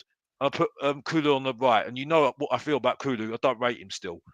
Even though people get so offended that I say that, because I can't rate a player. I have to rate a player that Tottenham do, and that's it. You know what I mean? So Alex, I'm sorry. Would you start Pape Sarr or Bergvall? I'll start Pape Sarr all day long, because this guy. I wouldn't. I disagree. I start Pape Sarr all day long, because I'm sorry. I'm being honest with you. Berval is a red card to be waiting for. He looks That I agree rash. with. He is rash. No, and unfortunately, because we've got no experience, someone to say, you know what, we need, son, calm yourself down. He's telling people what to do, and I'm sitting there, bro, calm yourself down first before you start thinking you're. But wasn't Dele Alli like that? A player with a bit of bite. Yeah, but at least he had experience next to him. At least he had experience next to him. A proper midfielder like Dembele, Venyama. Well, You know Maddison, what I mean? Maddison and Kulu are experienced. They can. Oh speak yeah, to but Maddison and Kulu, Maddison's still. You know what Maddison's going on at the moment. I mean, I like. Don't say a bad word about Maddison. Don't. You can't. You can't. Brian, you know, the main event, yeah. Everyone's on the table, not off the table for me. So don't even get me started on that one. You know mate, what I mean? I'm with you. I'm completely with You know you what on I mean? it, mate. Big up to Hotspur Cave, by the way, yeah. And wonder what you understand why you got on Spurs Kings TV. The main event told them about it. Told them about you, by the way. You know what I mean? So I acknowledge when I see something good. But the point is, anyway, yeah, right. It's that the thing is though, yeah. Right, it's I'm sorry, I'm not being funny. I'm sorry. Berval is too rash for me. He needs experience next to him. I'm sorry. He's got yes, it's all right to have an arrogance and swag about yourself, but bro, you got to learn a lot. And like I said before, and listen, don't get used to this. Don't get used to this. Yeah, I think Archie Gray, right, is more composed than Berval, and that's saying stuff from when the main event's saying that. You know what I mean? Box office. Let's see now. Listen, Sarr on his day, I would agree with you, and I would probably start him over Bergval in this game. But over the last month, Pape Sarr has not been at the races. He's been absolutely shambolic in games, and yes, he may have more experience. And I listen. I agree with you with the discipline, and this game can even. We saw what he did with Liverpool and other games. He picks up yellow cards, and it's always a worry. But also, we all used to say we love that bite in Delhi. And you're right, we did have quality. But right now, on current form alone, I wouldn't start Sarr over Bergval at all. I just can't. Maybe if Bentancur wasn't he's had 2 games. Mate, he's coming on. He's okay. He's coming on, and he's growing in stature. What stature is that? What is that stature? Because as far as I'm concerned, all he's got is a lot of energy. Sorry, I'm not being funny. Yes, he was a good finish against Liverpool. Against Tamworth, he had nothing to lose because Tamworth were absolutely bang average. Yeah, and again, I need to say something as well about this PE teacher of a manager. Yeah, what the hell is he thinking? Yeah, keeping Timo Werner on and taking on my man Mikey Moore. Not that I'm going over the top about him, yeah, but he did more in his last 15 minutes in the second half than the Timo Werner all day long. which I told you I don't do Alex. nice guys anymore, bruv. I don't do nice guys anymore, bruv. I need arrogance and swag in my club, bruv. Right? You know what I mean? And if Well, that's if arrogance and swag. That's Bergvall. if this PE teacher of a manager, if this Isn't it? PE teacher of a You're manager, waffling, man. right, You're is waffling. going to get another forward in this club, yeah. I'm Right. sorry, I'm out of here. I'm sorry, he's got too many bad forwards at this club, bruv. I'm sorry, I'm done with this, bruv. Alex, you want I'm done with arrogance this and guy, bruv. swag? Nah, You man. want arrogance and swag? Nah, That's bruv. Bergvall. Listen, Yeah, Alex. but I think the problem You say, is, right, hold on a minute. Sorry, Jake. You say that Gray is calm and composed. Let's go back to when he first started games for Spurs. He wasn't calm and composed at Galatasaray. He wasn't calm and composed in the games that we lost this season. Well, he's Right. better than thing though. He's better than bloody Bergvall at because the moment. I'm getting there. Yeah. Because Alex, the more games he plays, the more he learns, the calmer and the more confident he becomes. The more games Bergvall will get, he will develop, and this is why I always say youngsters need minutes. If you To want develop. Bergvall, I agree with that. correct. So if you want Yeah, Bergvall yeah. to be calmer, more composed, Alex, this is the exact game for him to play. This is where you learn your trade. Well, okay, wait. Okay, like I said, right, when it gets heated, right, watch this guy make a stupid challenge, right? Maybe. Because he's not experienced Maybe. enough, Yeah, right? yeah. Make a stupid challenge and he Yeah. gets a red card, and then Yeah. look what happens there. Alex, But I've seen Alex, Basuma get a red card. This I've seen manager Basuma get a does red not card. adapt, Does I've not seen- adapt. I watched Mate, Liverpool Alex, yesterday. no. I Whoa, watched whoa, Liverpool whoa, yesterday. I Forget watched Liverpool Basuma. yesterday. I watched Liverpool yesterday, yeah, and they RA Slot show me how they adapt, yeah, how he Well, tweaked look it at to the get back Bergvall. into the Different game and conversation, Alex. tweaked Different against bloody conversation. Nottingham Alex, Forest, you bruv. changed the whole Alex, change look at Adebayor. Basuma. Look at Adebayor in the Arsenal game. Very, very experienced player. What's he do? Reckless challenges can come from an 18-year-old, And can come Lamella from a 33-year-old. and Chicken Royale. They Yeah, both got and red don't cards. forget that, man. This is it's the big game that unfortunately challenges are happening, and there are rush. But like Stel said, you need to develop and get the minutes. And right now, Bergvall is playing better than Sarr. And Basuma's experienced. And He got a red maybe- card against Luton and big one up against Alex, Nottingham big up Forest Alex, last year. big up. Yeah, Big up. Go on. I think for me, Go on, Jay, the reason say your why bit. I wouldn't want to see Bergvall start is because I believe that second half, especially late into the second half, we could use that energy coming off the bench, and he brings a different energy that I don't think Sarr brings coming off the bench. He's better going forward. We know that he has a bit more quality on the ball and whatnot. He brings that, and Sarr doesn't bring that. Also, for me, I think when you're starting the game, right, and I look at the midfield that Arsenal could start, I don't want to get overrun in midfield. I don't want to get overrun in midfield. And I think that I believe personally Sarr has a bit more of an engine on him than Bergvall. Now, that being said, I understand he does need to get minutes. However, I don't believe giving him minutes in a North London derby, which we haven't won for God knows how many years, by the way. I don't think, like Alex said, right? That feels like a move of sentiment. It feels like we're just giving him minutes, we're rewarding him for the last two performances, which is cool. Jay, just to check, yeah. Big up to you, by the way, yeah. The main thing is though is that he hasn't got proper experience next to him to calm him down when it gets heated, and he's too heated. He's too heated. You can see it against Tamworth. He's like running around. I'm like, bro, just calm yourself. So, Alex, is he a nice guy or not? No, he's got arrogance. Yes, he has got arrogance. But the point I'm making is, right, I just think he needs someone experienced just to calm him down, and that would be crucial in a game like this, as far as I'm concerned. Because Alex, this is where I'm concerned. If you're saying, hang on a sec. If you're saying he's erratic and he's got a bit of fire to him, and you don't do nice guys, isn't he more your type of fella then? Yeah, I get you, but the thing is though, right? Unfortunately, right, in a game like this, right, when he's young and you can see he's erratic, he's very erratic. I've seen him at the stadium. You see what I'm saying? This is why I go to games when people criticize me for going to games. Because Alex, would you stop Basuma? Would you stop Basuma? Yeah, I have to stop Basuma because we've got nobody else, haven't we? You've just crushed your argument because Basuma got a red card at Luton last season, a red card at Nottingham Forest when it got heated, and this season when it got heated against Chelsea, what did he do? Gave away a fucking penalty. He gave away a penalty for a rash penalty. My guy. My guy. It's I get your point, Bob, but it's not my fault. This manager's bloody mismanaged his bloody squad, though. Alex, I'm not blaming And you. so I can't go for anybody else, can I? So why are you having the guy me for? I'm only going what we got. It's his bloody fault. The bloody manager, the bloody Alex, PE teacher or manager. You contradicted yourself. You said you'd start. Hold on, no.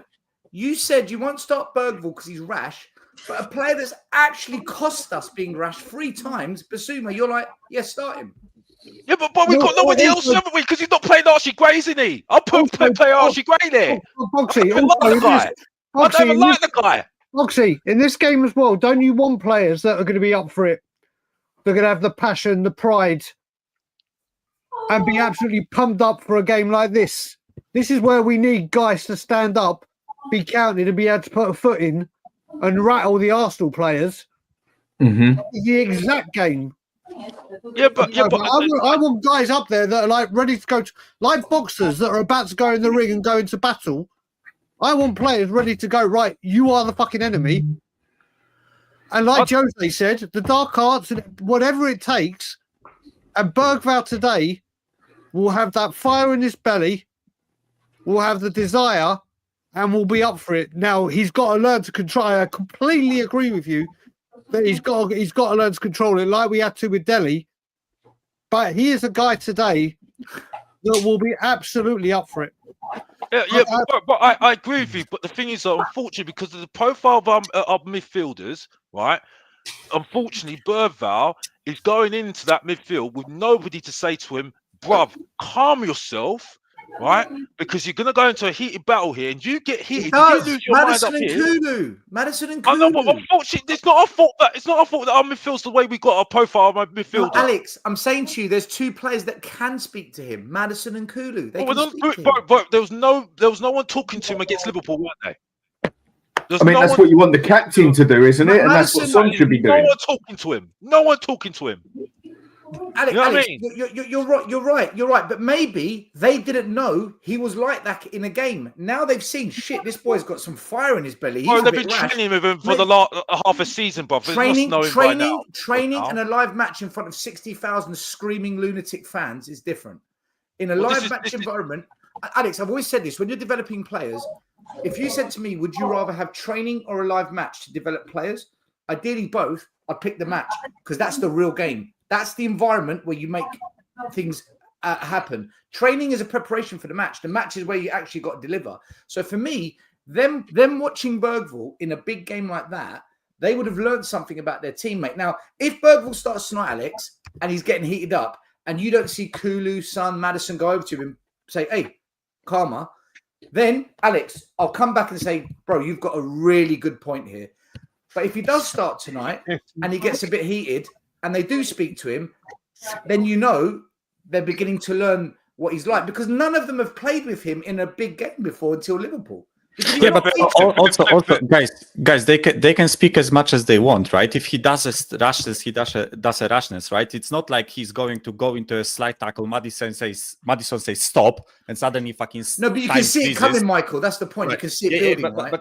But you get my point, right? It's in his head. He has to do it himself, right? People can try to speak to him, right? But if he keeps acting stupidly, then it's just the way. That's for the that's for the manager to just take him off, then.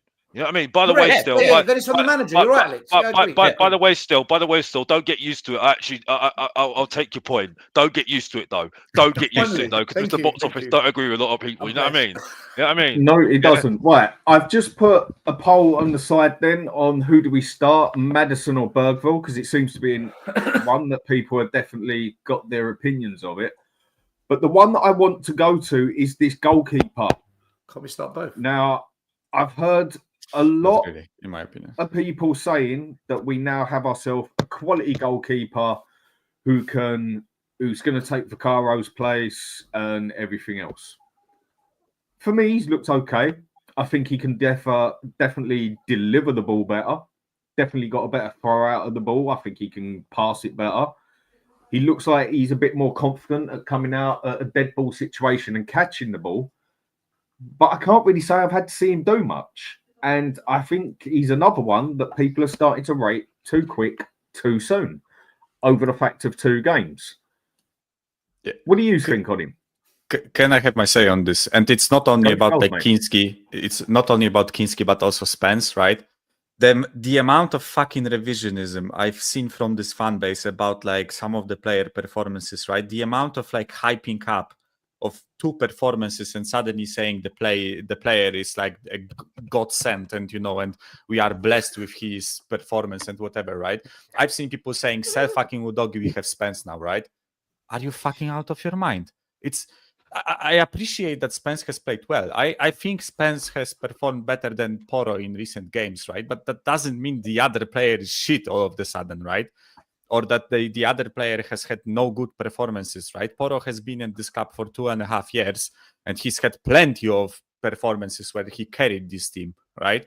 And where he was actually good defensively, right? People just tend to forget about them really quickly, right? And same thing with Vicario.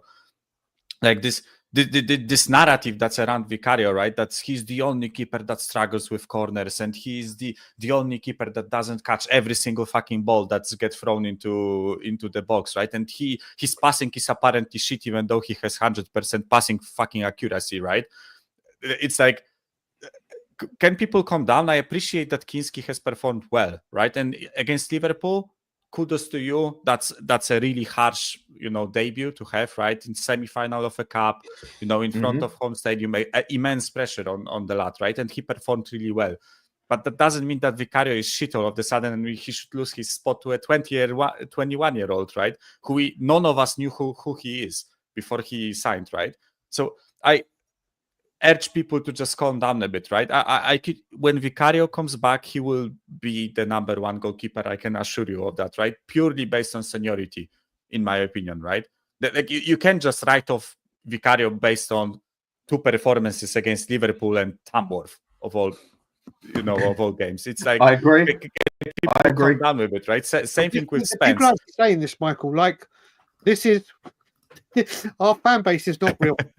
Our fan base, honestly, we're this is some kind of parallel universe where we're now Liverpool and Tamworth. We're now using the stat that it's the first goalkeeper to keep 2 clean sheets for over 100 years. We're honestly, we're not real. We're not real. Brian, can I quickly remind people, right, that Vicario kept a clean sheet in a game against City playing with a broken foot for 60 minutes, right? Like, do people forget about it, right? He broke his foot in the 30th minute, right? And he played the whole game with a broken foot and kept a clean sheet against Haaland, Silva, Foden, and all the other guys, right? So fair points. Like come on, like, can we be a bit logical with it, Michael, right? This is what we do as a fan base. Yeah. We come up with these useless stats that mean absolutely nothing in the grand scheme of things, and this is how they bring their argument. Yeah. If you sit there and say, why do you want Ange to stay? Why do you believe that he can bring us to the promised land? He can turn our league form around. He can win us a cup. Oh, well, we're the top goal scorers in the league. Oh, but if you look at the running stats, we have the highest running stat. I don't care. Okay, that's not a good thing. I'm not. I didn't study economics and all of that. I don't care about numbers. Don't win me football matches.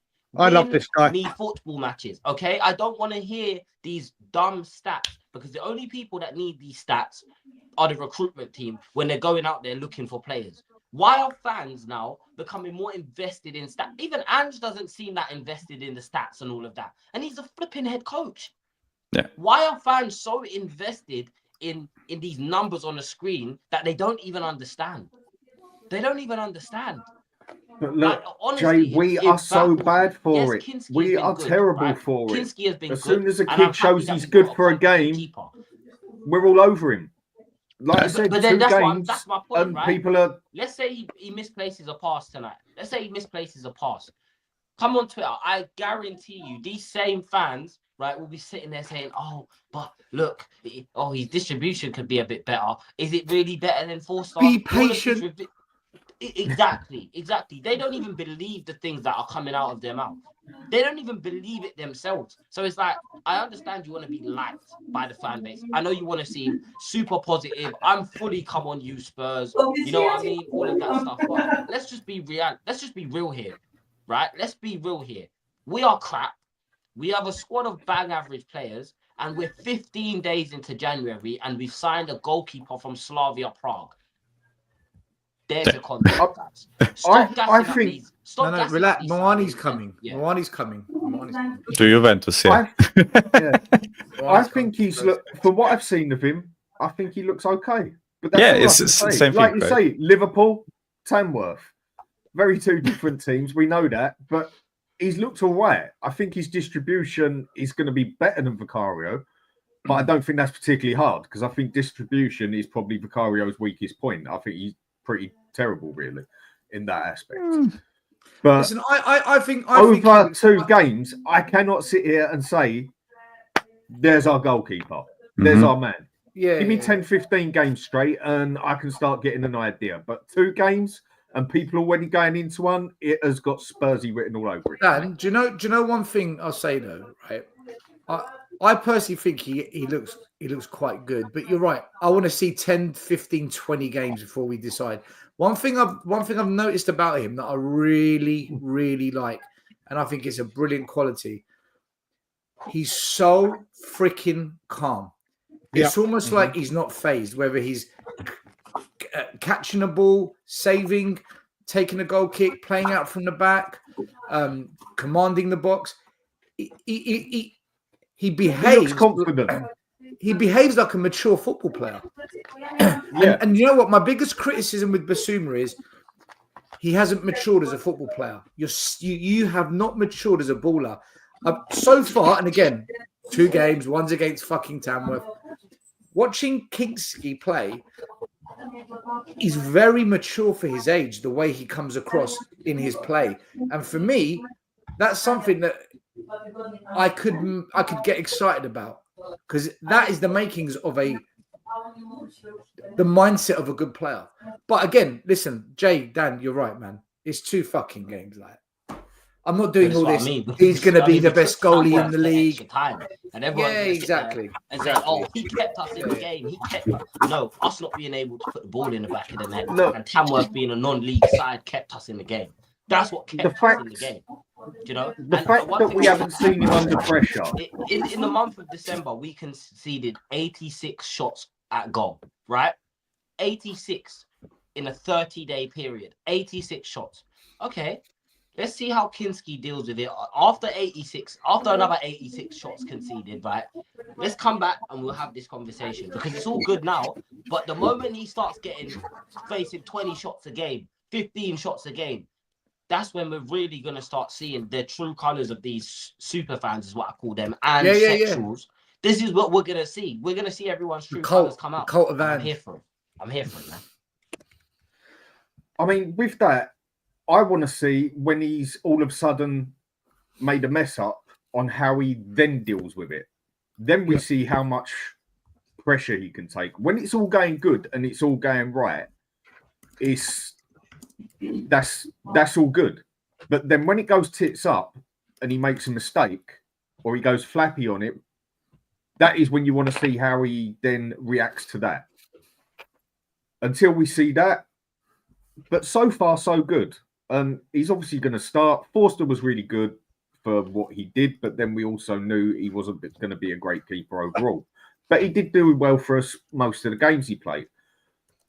But I think he looks like an all right keeper so far. But the amount of channels I've seen Spurs fans all of a sudden say, right, we've got the next Peter Schmeichel, basically. I'm like, they were calling him Peter Check, mate. Will you just slow the fuck down, for God's sake? Like, why? But then we're wrong for holding them to that standard, right? You want to raise and elevate these players and talk like they're the next best thing, they're generational. Okay, so when I don't see generational performances, why am I now negative for calling it out? Remember, you sat here and told all of us that this guy is the next Petr Cech. This guy is the next Peter Schmeichel, the best thing that's since sliced bread, right? So now when they're not performing to that level that you prop them up to be, why can't we call it out? This is why I say, if you're a fan and we bring in a player, shut your mouth, let them play football, then give your opinion. It's that simple. It's that simple. That is how you stop yourself from looking like an absolute melt. especially with a young player, when you bring him in and he has a good couple of games, and then all of a sudden you rate him up there, and then he has a couple of shabby games, which majority of young players do, and all of a sudden he comes flying back down.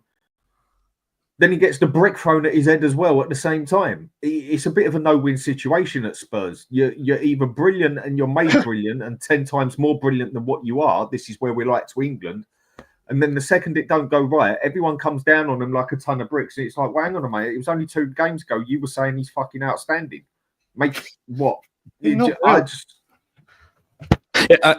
Also, like with the stats thing, right? Because I actually studied data analytics, and I can give you like the context of like data, right?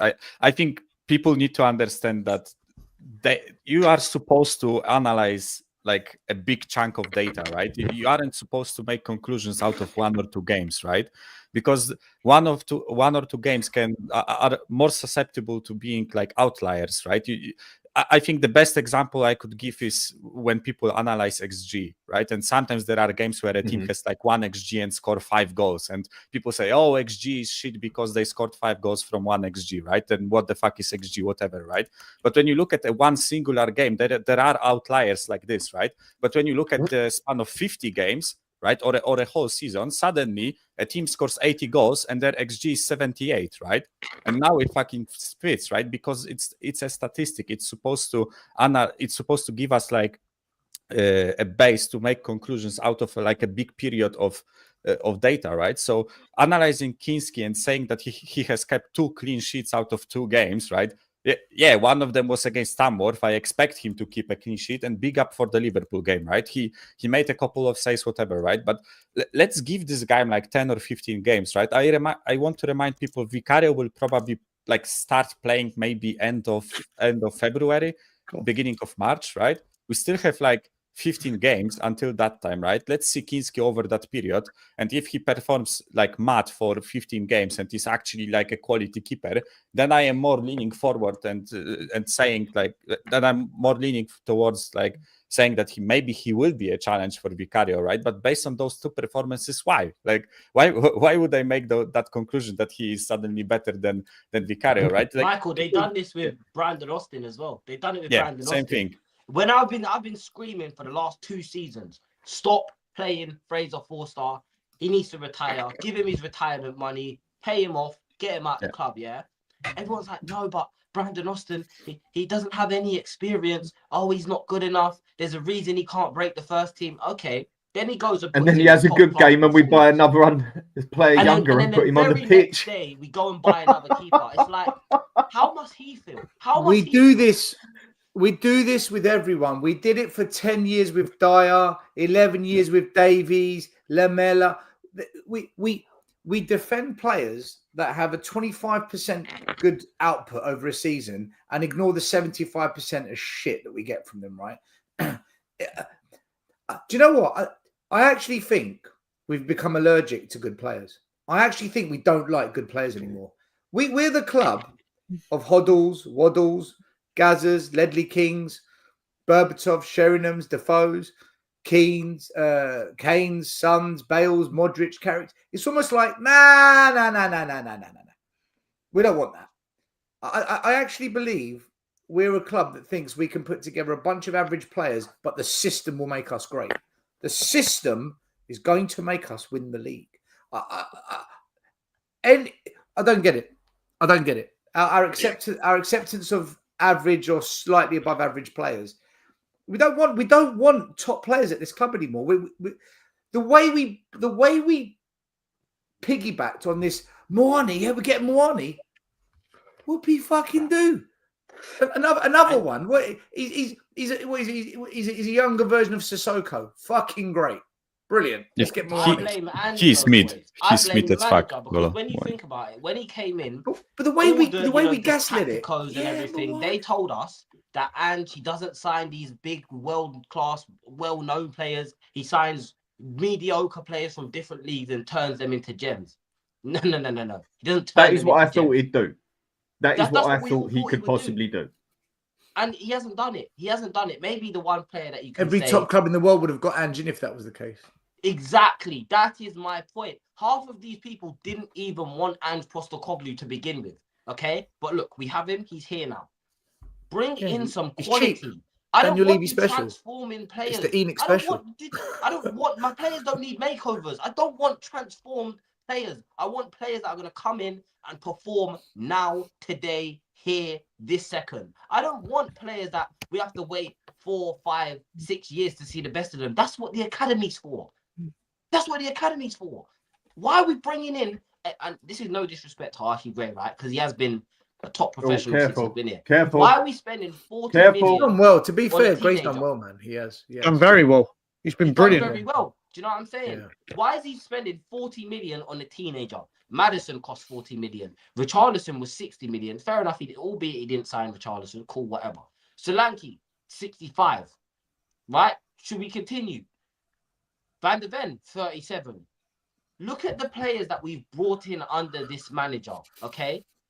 What player, barring Van de Ven maybe, can you say he's brought in and they're going to move the needle? They're going to help the team click. Maybe Madison. We haven't seen it from Madison. So for me, it's like, stop gassing these players, right? I don't want players that are not of the quality anymore. We've seen this model. We've tried to do the Brentford-Brighton model. The reason why it works for them is because there's no ambition for them. 10th place is a good finish for Brighton and for Brentford. Maybe not so much Brighton because they've had a taste of Europe. It's true. You get what I mean? We're copying the teams that come 10th. That's our model. Yeah. Oh, sorry, no, I'm going to say this, then I've got to go. But what I will say is just what Jay said. People say, well, we never knew who Van de Ven was. How many people go on to win the league with a team of, we never heard of them before the start of the season? Probably Leicester. Probably people go, oh, Leicester. They were a bunch of kind of players that weren't established, weren't all elite level and got the job done. Happens once. But apparently now it's, we're going to find all these hidden gems and we didn't know their names and they're going to take us to glory. That's what that's what we've become. That's what we have become. That we need to find these players that turn out good that we didn't know of, and that's going to lead us to glory. Brian. Listen, I'm all for signing Bergvall. I'm all for signing Kinski and Gray. But you sign quality alongside them. Absolutely. That's what I would say. Absolutely. Listen, Liverpool. Go and get me Morgan Gibbs-White. Go and get me Caravascalia. Go and get me the players that we say, right, that's actually a player. Because when we signed Edgar Davids, when we signed Van der Vaart, when we signed Klinsmann, we were like, whoa, I need that. I need that in the transfer market as much as, oh, that's an interesting young player. I don't get that no more. Now we've got Odegaard. Have you not heard? We're in for Yang. Huh? Yeah, don't forget Stel. Don't forget Vincent Kompany waxed lyrical about Odegaard with all his managerial knowledge. Before he got sacked. He has the most That's it. Future Ballon d'Or. This is what's going to happen at Spurs. We don't buy players that are genuine quality and make the world go or the Premier League or us go. Oh my God. We nurture them. I've told you before, this could be the last thing I said. I said this on the show with Stel a couple of years ago. I'm just waiting for Spurs and Daniel Levy to open up a sperm bank. Because why buy youth when you can grow them yourself? That'll be the next venture. We won't buy youth. We'll grow them ourselves because then we don't need to buy. This is what we're not real. Listen, all I will say. Basically, Brian, we'll open up a Spurs bank. Yeah, basically that's what's going to happen in the future. That's what we'll do. That's what we'll name the stadium. We'll do it all. And the stadium will be the Levy Arena, why buy youth when you can grow them yourself? And on that note, all that matters is beating that lot down the road tonight in the filth. Yes, we'll see you all later. Have a great day. Spurs best of you. Jay, pleasure meeting you, brother. Rest of you have a great day. Everyone in the chat, have a great day. And as always, you too, mate. Thanks for coming on. See you later, Daigle. Take care, Brian, man. Yeah. Dan, can you bring up this comment from Marfaz Mamoon 132? Sorry if I've ruined your name. I can't. I'm struggling. 132. Right, you know, Martha's Mamoon. I want to heard answer Levy this. wanted to change the name of the stadium to the Levy Arena. That's what I heard. On It's an orange circle with an 32, M. Yeah. Yeah, the Levy Land Arena. Right, Mamoose, you say Kvaratskhelia won't come to Spurs ahead of PSG or Liverpool. Are you mad, Stel? Right. We got Jurgen Klinsmann, and we were shit. We got Van der Vaart, and we were all right. At the end of the day, if you really want a certain player that isn't elite, but the level below, but you know they're good, if you're prepared to pay the wages, if you're prepared to act early and at least bid, why not? We've proven we can do it in the past. We went in for Luis Diaz. We went for him, but Liverpool came in and we got gazumped. I get it, but at least we tried. Do we even try to sign Kvaratskhelia? Yeah. Do we even try to sign Morgan Gibbs? We don't even try, man. And in the past, we've shown sometimes it lands. Davids, Klinsmann, Van der Vaart, all top players. We tried, it landed. Sometimes it does, sometimes it doesn't. But who are we actually trying to sign nowadays? Fucking Johnsons, Timo Werners, Odegaard. We don't try to go for good players anymore. That's my point, Mahmoud. Does that make sense? Yeah. It's also like it's sometimes it's about trying, right? Because exactly. Imagine we approached Kvaratskhelia, right, and we actually matched the wages that PSG offered. I don't know what wages he will be on. Probably something mad, right? But just imagine we matched it, right? Yeah. Just imagine we matched it, right? Then if he chooses PSG, fair enough, right? PSG are a bigger club than us. He will win a league there. He has a chance of winning Champions League, like a constant Champions League every single year, right? I get that PSG has a bigger appeal than Liverpool than us, and Liverpool has bigger appeal than us, right? If we actually matched the offer and he chose a different club, fair enough, right? Same thing with Kolo Muani. If we matched an offer and he chose Juventus over us, fair enough, right? Juventus are a bigger club than us, right? But the thing is that we do this constantly, right? We will go in for Kolo Muani, right? And Juventus offer PSG to take on his wages fully, right? They are more lenient and like willing to have a compromise, right? And we probably approached PSG and said, yeah, we will pay like 40% of his wages. Like, we'll give you an option to buy for 20 million or whatever. PSG look at us like, fuck off. Like, we don't need to deal with you. We can deal with Juventus, who are a serious club, right? For me, I personally think, right? I think you can build a squad that can challenge for great things without spending like mad money, right? You don't have to spend 100 million per player for 11 positions to have a squad that is capable of challenging for something, right? You can, like Van de Ven, for example, 37 million, right? It's about good scouting. It's about finding quality, right? But sometimes you just need to, like, among those players, you just need to drop one or two that will be a certified quality where you know what you buy, right? But you know what the fucked up thing with our fan base is, right? Our fan base fucking reverse psychology themselves to think that big signings are a failure, right? Because we had Ndombele and Richarlison and we spent 50 million and 60 million on both of them, right? Now everyone in our fan base thinks that signing big players is a failure, right? And we shouldn't sign players for 60 or 50 million, right? You don't have to spend 60 million per position or 70 million per position, but you need a couple of those quality players, right? And suddenly now, we will say, oh, I wish we signed Kvaratskhelia, and I bet you not there will be people in the chat or in different forums saying, oh no, I don't want this guy. He cost 67 million pounds. That's too much, right? Look at Ndombele. He failed when he signed him for 67 million pounds, right? Guys, City signed Gvardiol for 90 million, right? Is he a good player? Yes, he is, right? Van Dijk, 80 million. Is he a good player? Yes, he is, right? But also Salah costed like 30 million or something like that, right? You don't have to spend mad money per position, right? But sometimes you just need to drop that quality, right? So for me, right now, when I look at our squad, I don't think we need 500 million pound players, right? I think we need to, we can find a winger for 40 million that's better than fucking Johnson. For fuck's sake, Cole Palmer went for 45 million in the same window, right? But we could have got Was it who West Ham got? What's his name? Kudus. Yeah, when and got Kudus. 45 million euros, right? I agree with everything you just said there. You need a good scout system, but I'm also a firm believer of, I still think, call it a random number, whatever, but I still say 80 to 90% of players, managers, anything to do with football these days are mercenaries. Oh yeah, of course. It is not this thing that it used to be of like, I'm in the game because I love it. Fuck off. Most of these people in the job, they like the game, but most of them are in it because it's a job these days. Not because they're honoured to be playing at Spurs, to Liverpool or Arsenal or Juventus or AC Milan or wherever they go, yeah? It's not about your honour for a majority of them anymore. These days, it is about money. It is a job. And I still think we can get bigger players out there if we put that money on that table, that wages. You put big enough wages in front of things, literally 95, 99% of things in life, it's got a price on it. Everything has got a price on his head. It might not even be money on certain situations, but everything has a price. And if we was just willing to put up the wages that bit more and put it on the table, there's quite a few players we could have had where other clubs blatantly stepped. Oh, don't worry, it's only Spurs going for it. They ain't going to give us no trouble. Let Spurs do the work. We'll just go and say thank you.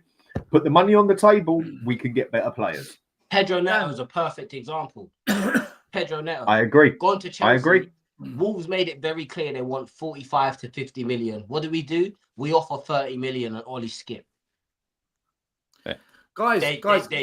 There you go. Listen, these people in the chat, Billy and Muaz, you are talking out of your arse, man. You're talking absolute shit. You're downplaying the club because you have got low standards. I'm going to call you both out. This is fraudulence. Tonali left AC Milan, big club, and went to Newcastle. You telling me we can't compete with Newcastle for players? Jared Bowen, we can't price him away from West Ham. Are you kidding me? Wissa and Mbeumo at Brentford. They wouldn't leave Brentford to come to Spurs. The shit you lot talk to justify this crap and to justify mediocrity. This is why Spurs are where they are. Because fans like you and millions more have this mindset of, we can't get him, we can't compete for him, but we can't. Yes, we can. We don't do it. We choose not to do it. And what you won't do is call out this fucking board, this recruitment team, and the manager who accepts it. That's the problem at Spurs. Look at some of the players Aston Villa have signed in recent years. Yeah. Are we saying Villa are ahead of Spurs now in terms of transfers, scouting, financials? What Villa do is they've got a much bigger wage bill than us. They've got more players on 100 grand a week than us. That's the fucking difference, which goes back to whereas technically we could have a bigger wage bill. Guys, we can outdo pretty much everyone. We can do whatever we want. We can do what we want. We've got. I'm not saying we can be Chelsea and Man City because obviously they've done things in a different way that no clubs can compete. But my God, we can compete with Newcastle's and Brentford's and Nottingham Forest's and other clubs that sign certain players. You think we could have got that player. Tonali came from AC Milan. That's a big club. I agree. Bruno Guimaraes. Are you telling me we can't get Bruno Guimaraes? He came from Lyon. He came from Lyon. Fuck's sake, are we not bigger than Lyon? Like, I appreciate that Lyon won, 7 leagues in a row, 15 years ago, whatever, right? 9. Or 9 leagues in a row. I appreciate that, right? But for fuck's sake, Lyon are fucking on the verge of financial collapse right now, right? You are telling me we can't go there and pick Cherky out of there, even though I'm not necessarily the biggest fan of Cherky, right? But we can't go there and offer him 5 times the wages he's on probably, right? Because he's probably on 40k, offer him 200k, right? Bring the guy in. We have the financial power to do that, right? Except we choose not to use it. It's so infuriating, right? And also there are plenty, as you said, Stel, there are plenty of guys in the chat who say, oh no, we are a small club, we can't compete with this, with that, with this and that. No, we fucking can. Right, it's just we choose not to. Right, stop making it as if Spurs are like a small fry. Right, we aren't Crystal Palace and Brentford. With all due respect to those clubs, right? We are bigger, much bigger than those clubs, right? So fucking act like it. It's the same thing time and time again. I just want to go to one more player before I take it to the last bit of the Spurs Arsenal game. Can I just, Dan, I just want to rectify something because they're now saying misleading things. Right, that Mufaz is now saying, Stel, these players weren't world class. Did I say sign world class players? No. Is Kvaratskhelia world class players are out of depth? Is Tonali world class? No, I'm not saying get world class players. I know we can't get world class players. I'm saying that level below, like the Van de Ven, for example, that level below. of players that we have heard of. We don't go for that anymore. That's what I'm saying, guys. There's players out there who we know are we don't really even try. good. We don't even try. That is the thing. So the one player I want to go to quickly, I'm seeing this on a lot of things now, and God, I'm hoping it's not true, and I don't think it will come true. Yeah, Marcus Rashford. It's starting to go round on the new system that Spurs are actually interested in him. Now, this one, oh my God, I don't see it possible. He's on what, 350k a week? That is a no-go as far as I'm concerned. But could I see Spurs stepping in for him and saying, we offer you 150, and Man U just saying yes just to get him out for the meantime? That would not surprise me. What would you three think on Marcus Rashford? Now, for me, he's had his patches where he's actually been good, and then he's had his majority of patches for me where I don't think he's that great. And I think as an attitude, he's definitely one who, if I see him, I'd say, see you next Tuesday. But that's just the attitude he portrays to me. I just do think the fella, I'll just say it straight, I think he's a prick, out and out prick. You don't go and tell your manager that you're ill and then go out clubbing the next night and get pictures of you taking you. What a dickhead. That's like going out with, like, behind your missus' back and filming it for the night and putting it on YouTube. What a fucking idiot. And with that, personally, he's not a player I would want us to go for, but I'm starting to see it a lot on the news at the moment. And I'm not saying full-time we'd go for him because we would never, ever, ever pay his wages. But could you see this one happening? That at the last minute, we just come in and take him for the 6 months. I mean, if you're going to go to Manchester and you want to go get a player or no, go get me Jack Grealish. Don't bring in Marcus Rashford. Yeah. Again, this just seems like another, right, the Spurs fans are unhappy. We're halfway through the window. We spent £10 million. Let's just get something to get them on side. This will get them excited. We'll promote it as if he's on this mad revival. He might come in and score 2 games in a row or 3 games in a row, and everyone's going to think, oh, look, he's turned the corner. Ange has transformed him, unlocked him. And then it will be back to the same old Marcus Rashford, throwing strops when he's getting subbed off, turning up to training late, all of that stuff. Now, listen, he's human. Like, he's human. I was bloody late to the show today. You know what I mean? So I'm not going to sit here and try and criticize him for them things. But when I look at what we need right now, do we need another passenger? Do we need another passenger who's going to come, just accept the money, take advantage of the London lifestyle? Because that's exactly how they're going to sell it to him. They're going to sell it to him like that. We should be selling it to these players abroad that we could bring in that can actually improve our squad. That's who we should be selling the London lifestyle to. So I think, we will end up bringing him in. I don't want him. It's what we done to Maddison's wife, wasn't it? That was why he joined us in the end, because his wife wanted London, basically. And I did tell a few people the wife will have a say in this one with him, because Newcastle was technically the better option for him, but his wife wanted life in London. That was actually why he came to us. I mean, what do you two think on the chances of Rashford? Would it be a good thing? I personally don't think so. I fucking pray to God we don't sign him. But he's better than Werner.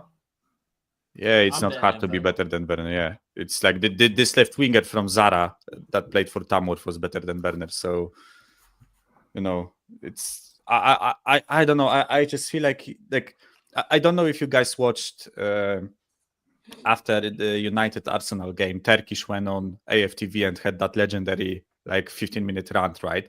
About Kroenkes and all that stuff, right? And I think he called Arsenal something like, are we like a charity for broken players or whatever, right? Like, why are we bringing in those players? Like, have shelter.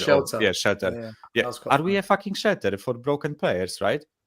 What benefit is there to bringing Marcus Rashford? Like, can someone explain this to me? There is none. There is none. Sell shirts. He will sell shirts. Let's be honest. He's going to sell shirts. And I think that number 11 shirt is vacant, I believe, right now as well. Can you imagine? Rashford comes in, Rashi 11. He's selling shirts. He's selling shirts. It's a financial move. We're not signing Rashford. It's a bullshit story. It's absolute bollocks. It's another one that's just creating gossip for clicks and likes because we've got nothing else to talk about. The journalists are frauds. The ITKs are frauds. They got it badly wrong in the summer. fans never learnt their lesson. They still believe these people that just bait you.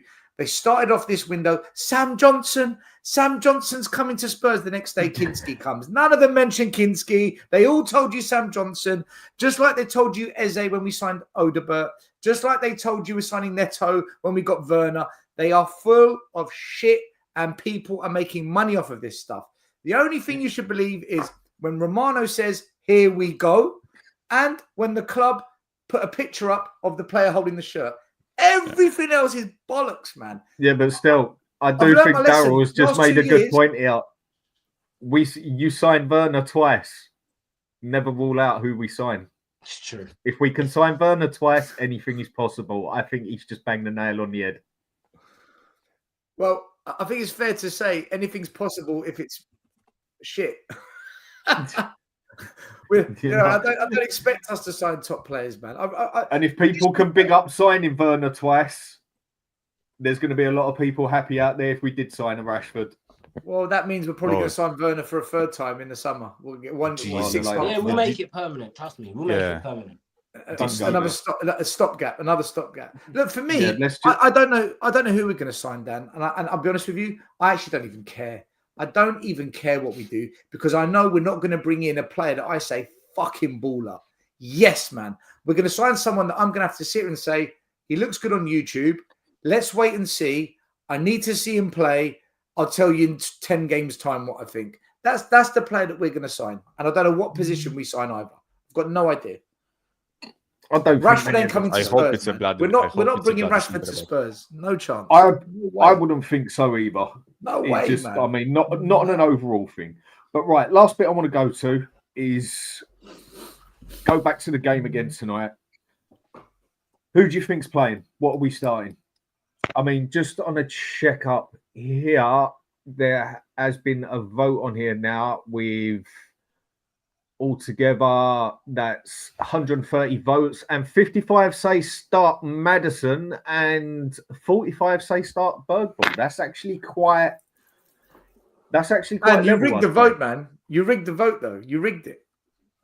Why'd I rig it? Because you didn't give another option, which is both. No, well, true, but it was like, who would you start out of either of them? And just want to bring up super chat quick. Psycho Teacher, thanks a lot, mate. Much appreciated. Happy birthday, Dan, for the North London derby. Smokes, always pleasure having a chat with you, and always cheers. Thanks a lot, mate. Much appreciated. Right, so with the game today, who's starting? How do we start? Boys, yeah, so like Kinski in goal. Yeah, Kinski in goal. Poro, Dragusin, Gray, Spence as a backline. I don't think he drops Poro. If he drops Poro, then it's Spence on the right, Region on the left, but I doubt this will happen. And midfield, I will give you like two options. What I want to see and what I think we will see. I would want to see Bissouma, Sarr and Maddison or Bergvall in a 10. I think it gives us like good physicality. It allows us to combat them in the midfield. I personally think starting Bergvall and Maddison is a bit too lightweight. I don't think both of them have like enough. I mean, Bergvall has fight in him, but I am worried about starting Maddison in the midfield. I just feel like he can be like the weak point of the team. In that particular matchup, like if they play Rice or Partey as a number 6, I think they can chew him up, right? And I think Bergvall offers more physicality. And I would start Kulusevski on the right, Son on the left, and Solanke through the middle. I just feel like Brennan Johnson is a better impact player, especially in this game. I feel like they will run a lot, and when he comes on against tired legs, he's still shit, but maybe he pulls off one out of the back, right? So that's what I would want to see. But I personally think it will be Kulusevski in the midfield and Johnson on the right, and Bissouma Sarr or Bissouma Bergvall. It's like that double pivot, right? That's what I think we will see. I'm not necessarily too against it. I just feel like what I said I would want to see is a bit more like balanced, I would say. That's at least how I view it, right? But yeah, Solanke, Son definitely back four. I think will be what I said in goalkeeper. Midfield is Bissouma will definitely start. I'm not sure about the rest, right? No, I can agree with pretty much everything you said there. I mean, it's the main thing. There's going to be the ifs and buts is who we start in the midfield and up front as such on the right hand side. The rest of the team, I think, pretty much has itself written. Yeah. I mean, still, Joe. I think. Look, I know a lot. I've seen a lot of the chats as well. A lot of people saying Sonny can't start. Wake up, people! He's the captain of our football club. It's a North London derby. He is going to start. He is going to start. I think Kinski in goal, of course. Left back, I'm a bit indifferent. I probably would have preferred to see Reguilon. I think he's a more competent left back. And Ange just say, look, you sit in, let Porro go forward. You don't tuck in. You just play the traditional left back role. Fortunately, I don't think he's going to do that. So I'm going to say Spence left back, obviously Archie and Jagerson, Porro right back. In that midfield, like my man Michael said, I want to see Sarr, Basuma and Maddison. I don't want Bergwijn to start again. I want that young energy, that, you know what I'm saying, that hunger coming off the bench. You know, hunger to make something happen off the bench. Front three, like I said, Sonny, Dom Solanke through the middle, and Kulu off the right. I have heard that Richarlison is back. He will be on the bench, available for this game. I mean, I don't know what use it is to us anyways. He's shit. Is that a good thing? It's on the Spurs website. The Spurs website says Richie back for North London derby. Mm-hmm. Great. So, yeah, boys, that's my 11, man. I'm hoping we can get a result. Otherwise, I would have wasted my whole evening. But, hey, what can I say, man? We're Tottenham. Yeah, it's who we are, mate. Yeah. Are you not entertained? How thick to publicly announce Richarlison's back, so now Arteta can actually think about that? Why would you even announce that? This club's just, come on, man. just dumb. Yeah, but that one's not a lot to think about still, is it? Like Richarlison's back, it's like, yeah, and that one's forgivable to me. Yeah, but that one's forgivable. It now makes them think, well, if they start Richarlison left instead of Son, does that mean we play different? And I just think don't ever play your cards. Hold them close to your chest. Oh, exactly. That's a good point. I agree. I think he's going to start Johnson. I think he's going to Johnson, Solanke, Son across the front three. Mm-hmm. He's going to put Maddison on the bench, and he's going to start Kulu in the 10. Yeah. Maddison will be on the bench. Reggie will be on the bench. He'll start Porro and Spence. His midfield will be Basuma, Sarr, Kulu. Mikey Moore will be on the bench as well. That's about it, really. Mikey Moore, 96th minute dagger. Anyone in? Can you fucking imagine if an academy kid? Jesus. I mean, it'll be Danny Rose all over again, man. Do you remember Danny Rose hit that volley to win? I know what I would prefer. Yeah, I would just prefer a whole different formation, but we're not going to do that. And big up to Sporting Express becoming a member. Thank you very much, mate. Appreciated. I mean, the back four basically talks itself. I'd stick Spence on the left personally. We know he don't want to touch Reguilon with a barge pole, and Reguilon is pretty shit, if you ask me. I think Spence is the better call for the left. Porro, though, I think he has been complete and utter. He looks burnt out. I mean, like, he looks done and dusted that last game. He was fucking awful. Probably our worst player, I would say. Midfield, I'll go with Sarr and Basuma on there. I think Basuma's been quite steady. Sarr, I think he's been pretty shit, but then who hasn't? In front of that, I would personally go Kulusevski. And then I would stick Johnson on the right for the pure reason being, for what I would do with the next one, which some would say crazy, I wouldn't start Son, personally. I think Son has just been pretty much abysmal over the past few games. I don't rate him as a captain. And the fact that people are now at the point where when you argue about Son, that they're actually comparing him to Timo Werner, to me, that talks a lot on its own. Go back 2 seasons, would anyone have ever gone, yeah, but what about Timo Werner and him? No one would have even mentioned Timo Werner's name next to him. He's now getting compared to Timo Werner. I would personally stick Maddison on the left, and I would play him in a total different role as such. I'd play him as a playmaker on the left, keep getting those crosses in, because we're not going to do it with Porro. And then you've got Johnson on the far right to run in and tap it in when he has to, and Solanke would actually be able to get some headers in with some decent crosses. That's what I would personally do, but that's not going to happen either. So I think we we'll all know get it's- beat in the air anyways, man. Look at their centre backs. I just don't think we've got enough aerial presence in our team to even. I think them back post tap-ins, we're gonna need a few of them today, man. We're gonna need a few of those late runs into the box because again, like even when you look at our centre backs, we don't have any centre backs that are really good in the air. Maybe barring Dragusin. Dragusin is our only one who is actually pretty solid literally in barring the air. Dragusin. So Van der Ven, for his height, he's awful in the air. he That was can't his jump. weakest spot. No. Yeah. I mean, my man's what, 6'2", 6'3"? 6'4". Yeah, and Porro can probably jump higher. That's how bad he is in the air. Yeah. That is how bad he is in the air. He's tall and like a little bulldog can probably jump higher than him. I mean, and last thing I'll go to then, result and who do you think can score for us? I think we're going to get a 2-1 result. I think Solanke's going to get a goal, and I think, do I dare say it, but I think Johnson's going to tap it in at the bar. So I'm going to go 2-1 with us, Solanke and Johnson. We're not beating Arsenal, man. We're not. It's delusional. I think fans have just lost the plot. We're not beating Arsenal, man. Let's have it right. We're shit. This team's shit. We're 13th in the league.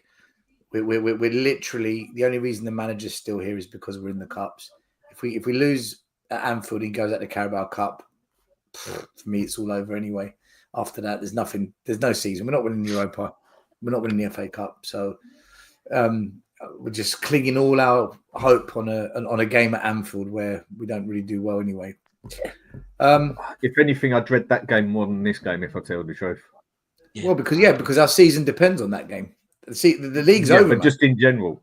Oh yeah, without a doubt. Do you know what I said? We'd draw, but I'm wondering if Arsenal win this, man, because they need it. They fucking need it. They badly need it. Do you know what my brain says? We need your positive. My brain says Arsenal win. My heart says a draw. And who do you think would score for us, or what would the score be? 2-1. If we lose, 2-2 if we draw. Okay. Do you know what? Come on, Stel. 2-2. Come on, Stel. 2-2. Come on. In fact, no. How could you be so Do you know what? Do you know what? Mate, nobody's gonna say anything if you get it wrong. Calm down. If you if you want to believe, then believe, mate. God, No, but Stel, you know you're what? acting like that mate next to you that you want to buy a beer for, and he says he'll have a Foster's. As you go to do it, he says he'll have a Stella, and then next thing you know, he wants a Budweiser. Like, mate, will you just say what fucking beer you want before I put the bottle across your head? What do you? I'm the same when I order beer. Shall I have a beer? Shall I have a Guinness? Shall I go for a vodka? I'm the same. No, I like Southern Comfort personally. I love vodka, but I can't drink vodka. It has a very, very bad effect on me. Like, Do you know what? I'll go for Southern Comfort. I like my Budweiser. Southern Comfort. Fucking hell. That's And I nearly died drinking Zambuca many years ago, so I can't even say that without cringing. It Mate, sort of don't just touch brings that on poison. Don't touch Oh, that. mate, that nearly killed me. I'm going to go 2-2. Big up. Okay, finally, Jay. I'm gonna say 1-1. I think 1-1's fair. I think if any team does nick it, it will be by 1 goal. It's not going to be a very high quality, beautiful football. It's not going to be the best advert for the Premier League. But again, it's a North London derby, so I'm expecting it to be fiery. I think our goal scorer, believe it or not, I believe one of the players that haven't scored for us yet this season are going to get on the score sheet. Maybe a Dragusin, maybe a Gray. But yeah, man, I'm not confident at all. I mean, the only reason I'm going is because my mate works at the Emirates, so I get 3 pints. But like, let's be honest, boys, we can't go into this being confident. As bad as Arsenal are, we have an awful record at the Emirates. And again, you said our season's all dependent on that result at Anfield. We've only won 1 game at Anfield in 9 years. No, is it 9 years? No, since 1999, actually. Since 1999, we've won at Anfield once. We've won 5 in 100 years. There you fucking go. So it's like, I don't know. I don't have anything to be confident about, bruv. I'll be honest. I'm gonna say 1-1. 1-1's fair, you know. And yeah, hopefully we can. Hopefully I'm wrong. I think a lot of fans, and I just want to say this quick, right? I think a lot of fans think that we'd rather be right about the state of our club, just so we can tell everyone I told you so. It's like, no, I'd love to be wrong. Do you know how happy I'd? We've all said it, mate. Brennan We've all Johnson said it. proves us wrong. But, hey. Yeah, We've all said it. Go on, Mike. Yeah, it's like we've said it plenty of times, right? What I want for this club is to win, right? I want it to win. I want it to win as much as it can, right? So it can bring me trophies, right? It's not the only sport I follow, right? And other clubs that I follow in different sports, right? They play the game to win, right? They do everything to win, right? And this club just doesn't. This club just sometimes refuses to make steps necessary to try and be better, right? And I will call it out. I find no shame in calling it out, right? And I think I'm right to do so, right? So it's like, you know, people claiming that I want, you know, us to lose to Arsenal. Fuck no, I don't, right? All I want is for us to win today, right? So that on next North London is ours, right? I can cook the fuck out of Stefan, right? For losing to us. I want that to happen, right? Whether it will happen, that's a different thing, right? But if I were to predict this game, listen, I'm a Spurs fan. I've watched Arsenal. I watched us recently, right? As Jay said, I am not confident going into this game, right? It's our form doesn't fill me with confidence, but their form isn't great either, right? So I will do the same that I did yesterday. I will predict a 1-1 draw. But if you really like put a gun to my head and told me to bet my life savings on it, I will say we'll probably lose 2-1. I think they will find something to get through us. But I am a Spurs fan. I want to believe, right? I'm not going to predict a win. I'm not like stupid or illogical, right? Sorry, Dan. I know you did, but you know, just a little jab I had to throw in. But I've got to give myself a reason to watch the fucking game. So. Yeah. Yes, listen. Even if you get a draw, right? It's a massive result for us. For me to get a draw at this current state, we are 13th. They are fucking fighting for the title, right? Still, and I think if we if we draw, it won't be a nail in the coffin, but it will be like, you know, one hammer strike on the nail, right? Somebody needs to then just tap it in, right? So I will be fine with that. And if we lose, I'm not necessarily going to be like super mad. I think better managers with better squads have lost at the Emirates in our past. So if Ange loses at the Emirates, whatever, like we move on, right? I think we have more important games than this. Do you know what's funny? If we lose or draw, okay, and we're saying a draw will be a good result, and I agree. Even if we draw, if Man United win, we still drop another place. Yeah. And then we've got to go this. Then we have to, if Crystal Palace win, but that'd be okay because we beat Arsenal or drew.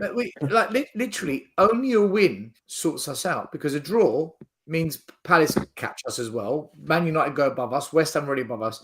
Then this weekend we go away to fucking Goodison with Moyes back in charge. If we don't win there, suddenly Man United have pulled away a little bit. West Ham are 3 points ahead, and Palace go above us. And before you know it, come Monday, Spurs are looking at a potential. You know, if Wolves or Ipswich get a win, suddenly we're 4 points off relegation. I've said we got a relegation battle coming up. And then you're looking at the games coming up. Brentford's away, Man United come to White Hart Lane for a 6-point relegation derby. Yes, they do. So it's no joke. It's no joke. But our fans are like, but we're still in the Europa. We're still in the Carabao. Well, we can't beat Ipswich at home. How are we beating Bilbao over 2 legs? We struggle with Tamworth, but I still believe we're going to do Arsenal. So, Stel, where do we catch up with you later? I'm sure everybody knows, but do tell everyone. So thank you, Dan, for having me on. As always, big up Jay, Michael, Brian, always Alex, pleasure. Box Office, who owes me an apology. I'm Savage. He disappeared too quick for that. After I schooled him on Bergville, Now, listen, fair play, man. I love Box Office. He He was the first person to say this manager's not the one. He was the first to say it. So listen, hats off to him. Yes, he was. I'm on Savage Show at 5 o'clock today, Football Heritage. Then my channel, 10:30 p.m. tonight. You're all welcome, boys. You'll all be in the WhatsApp chat on now. Post-match analysis. And then tomorrow, my first ever tactical analysis show. They're back, but they're back better than before on Big Up. Wait till you see the tools that I've got, man. I'm so looking forward to it. 12 o'clock on Big Up. All the details on my channel, but yeah, Big Up, man. Dan, Jay, Michael. Nice one. No, pleasure to have you on as always. Mike, I'm sure we'll catch you tonight on Tottenham away. Yeah. I will try jumping on. I mean, I say try. I will most definitely. In other words, you will. Yeah. But still, I'm still waiting for that Ange tactical analysis you promised us in June last year. Do you know what, Michael? Yeah. I did. Yeah, I know. Mike, do you know what it is, Michael? The time it takes me to get the slides and I can't be bothered. I'll be honest with you. Whereas now, these tools are good. By the way, I might disappear on my show tonight for 30 minutes because if we get battered at the Emirates, if the unthinkable happens, I am going on We Are Tottenham TV and Sim, I am going to cook you. I am going to fry Simeon. I'm going to old school battered cod and chips, man. I swear down. Any we get battered, I'm coming for him. But if not, then I won't. It's all right. I don't have to. Okay. And Jay, the Spurs Cave, thanks for coming on for the first time. Sure, we'll see you on here many other times. Where do we see you? Your channel? If someone could put a link out for his channel, that'd be appreciated. Go on, mate. Yeah, man. Listening. Big up the lads. Obviously, big up Brian and Alex. I know they're not here right now. Big up Stel and Michael and Dan. Thank you for having me on. I appreciate it. You know, I am on YouTube, guys. I said, you know what? There's not enough Tottenham fans speaking some truth, so it's down to me, right? I feel like Batman. I feel like I have to save. I feel like I have to save us. You know what I mean? So, guys, look. If you like what you heard, you know, you want to hear more football analysis, I do go live every day. There's not really any time schedule. It's kind of just whenever I get home from work. But yeah, I am on Durag Diaries channel as well. Saba, you catch me all over the Tottenham community, spitting the facts, man. But yeah, big up everyone. Big up the chat as well. And yeah, man, come on, you Spurs. And you saying you have to be Batman on it makes perfect sense because our manager is definitely the fucking Joker. And so it would make sense, wouldn't it? Thanks for everyone for coming on to the show. Much appreciated, everyone. And for the super chats, much appreciated from a user, Phil P, a user, much appreciated. Psycho Teacher, a new member with Sporting Express. So let's hope we have a good day today, and let's hope everyone has a good day, and let's hope we beat these pricks tonight. Everyone, see you later. Come on, Spurs.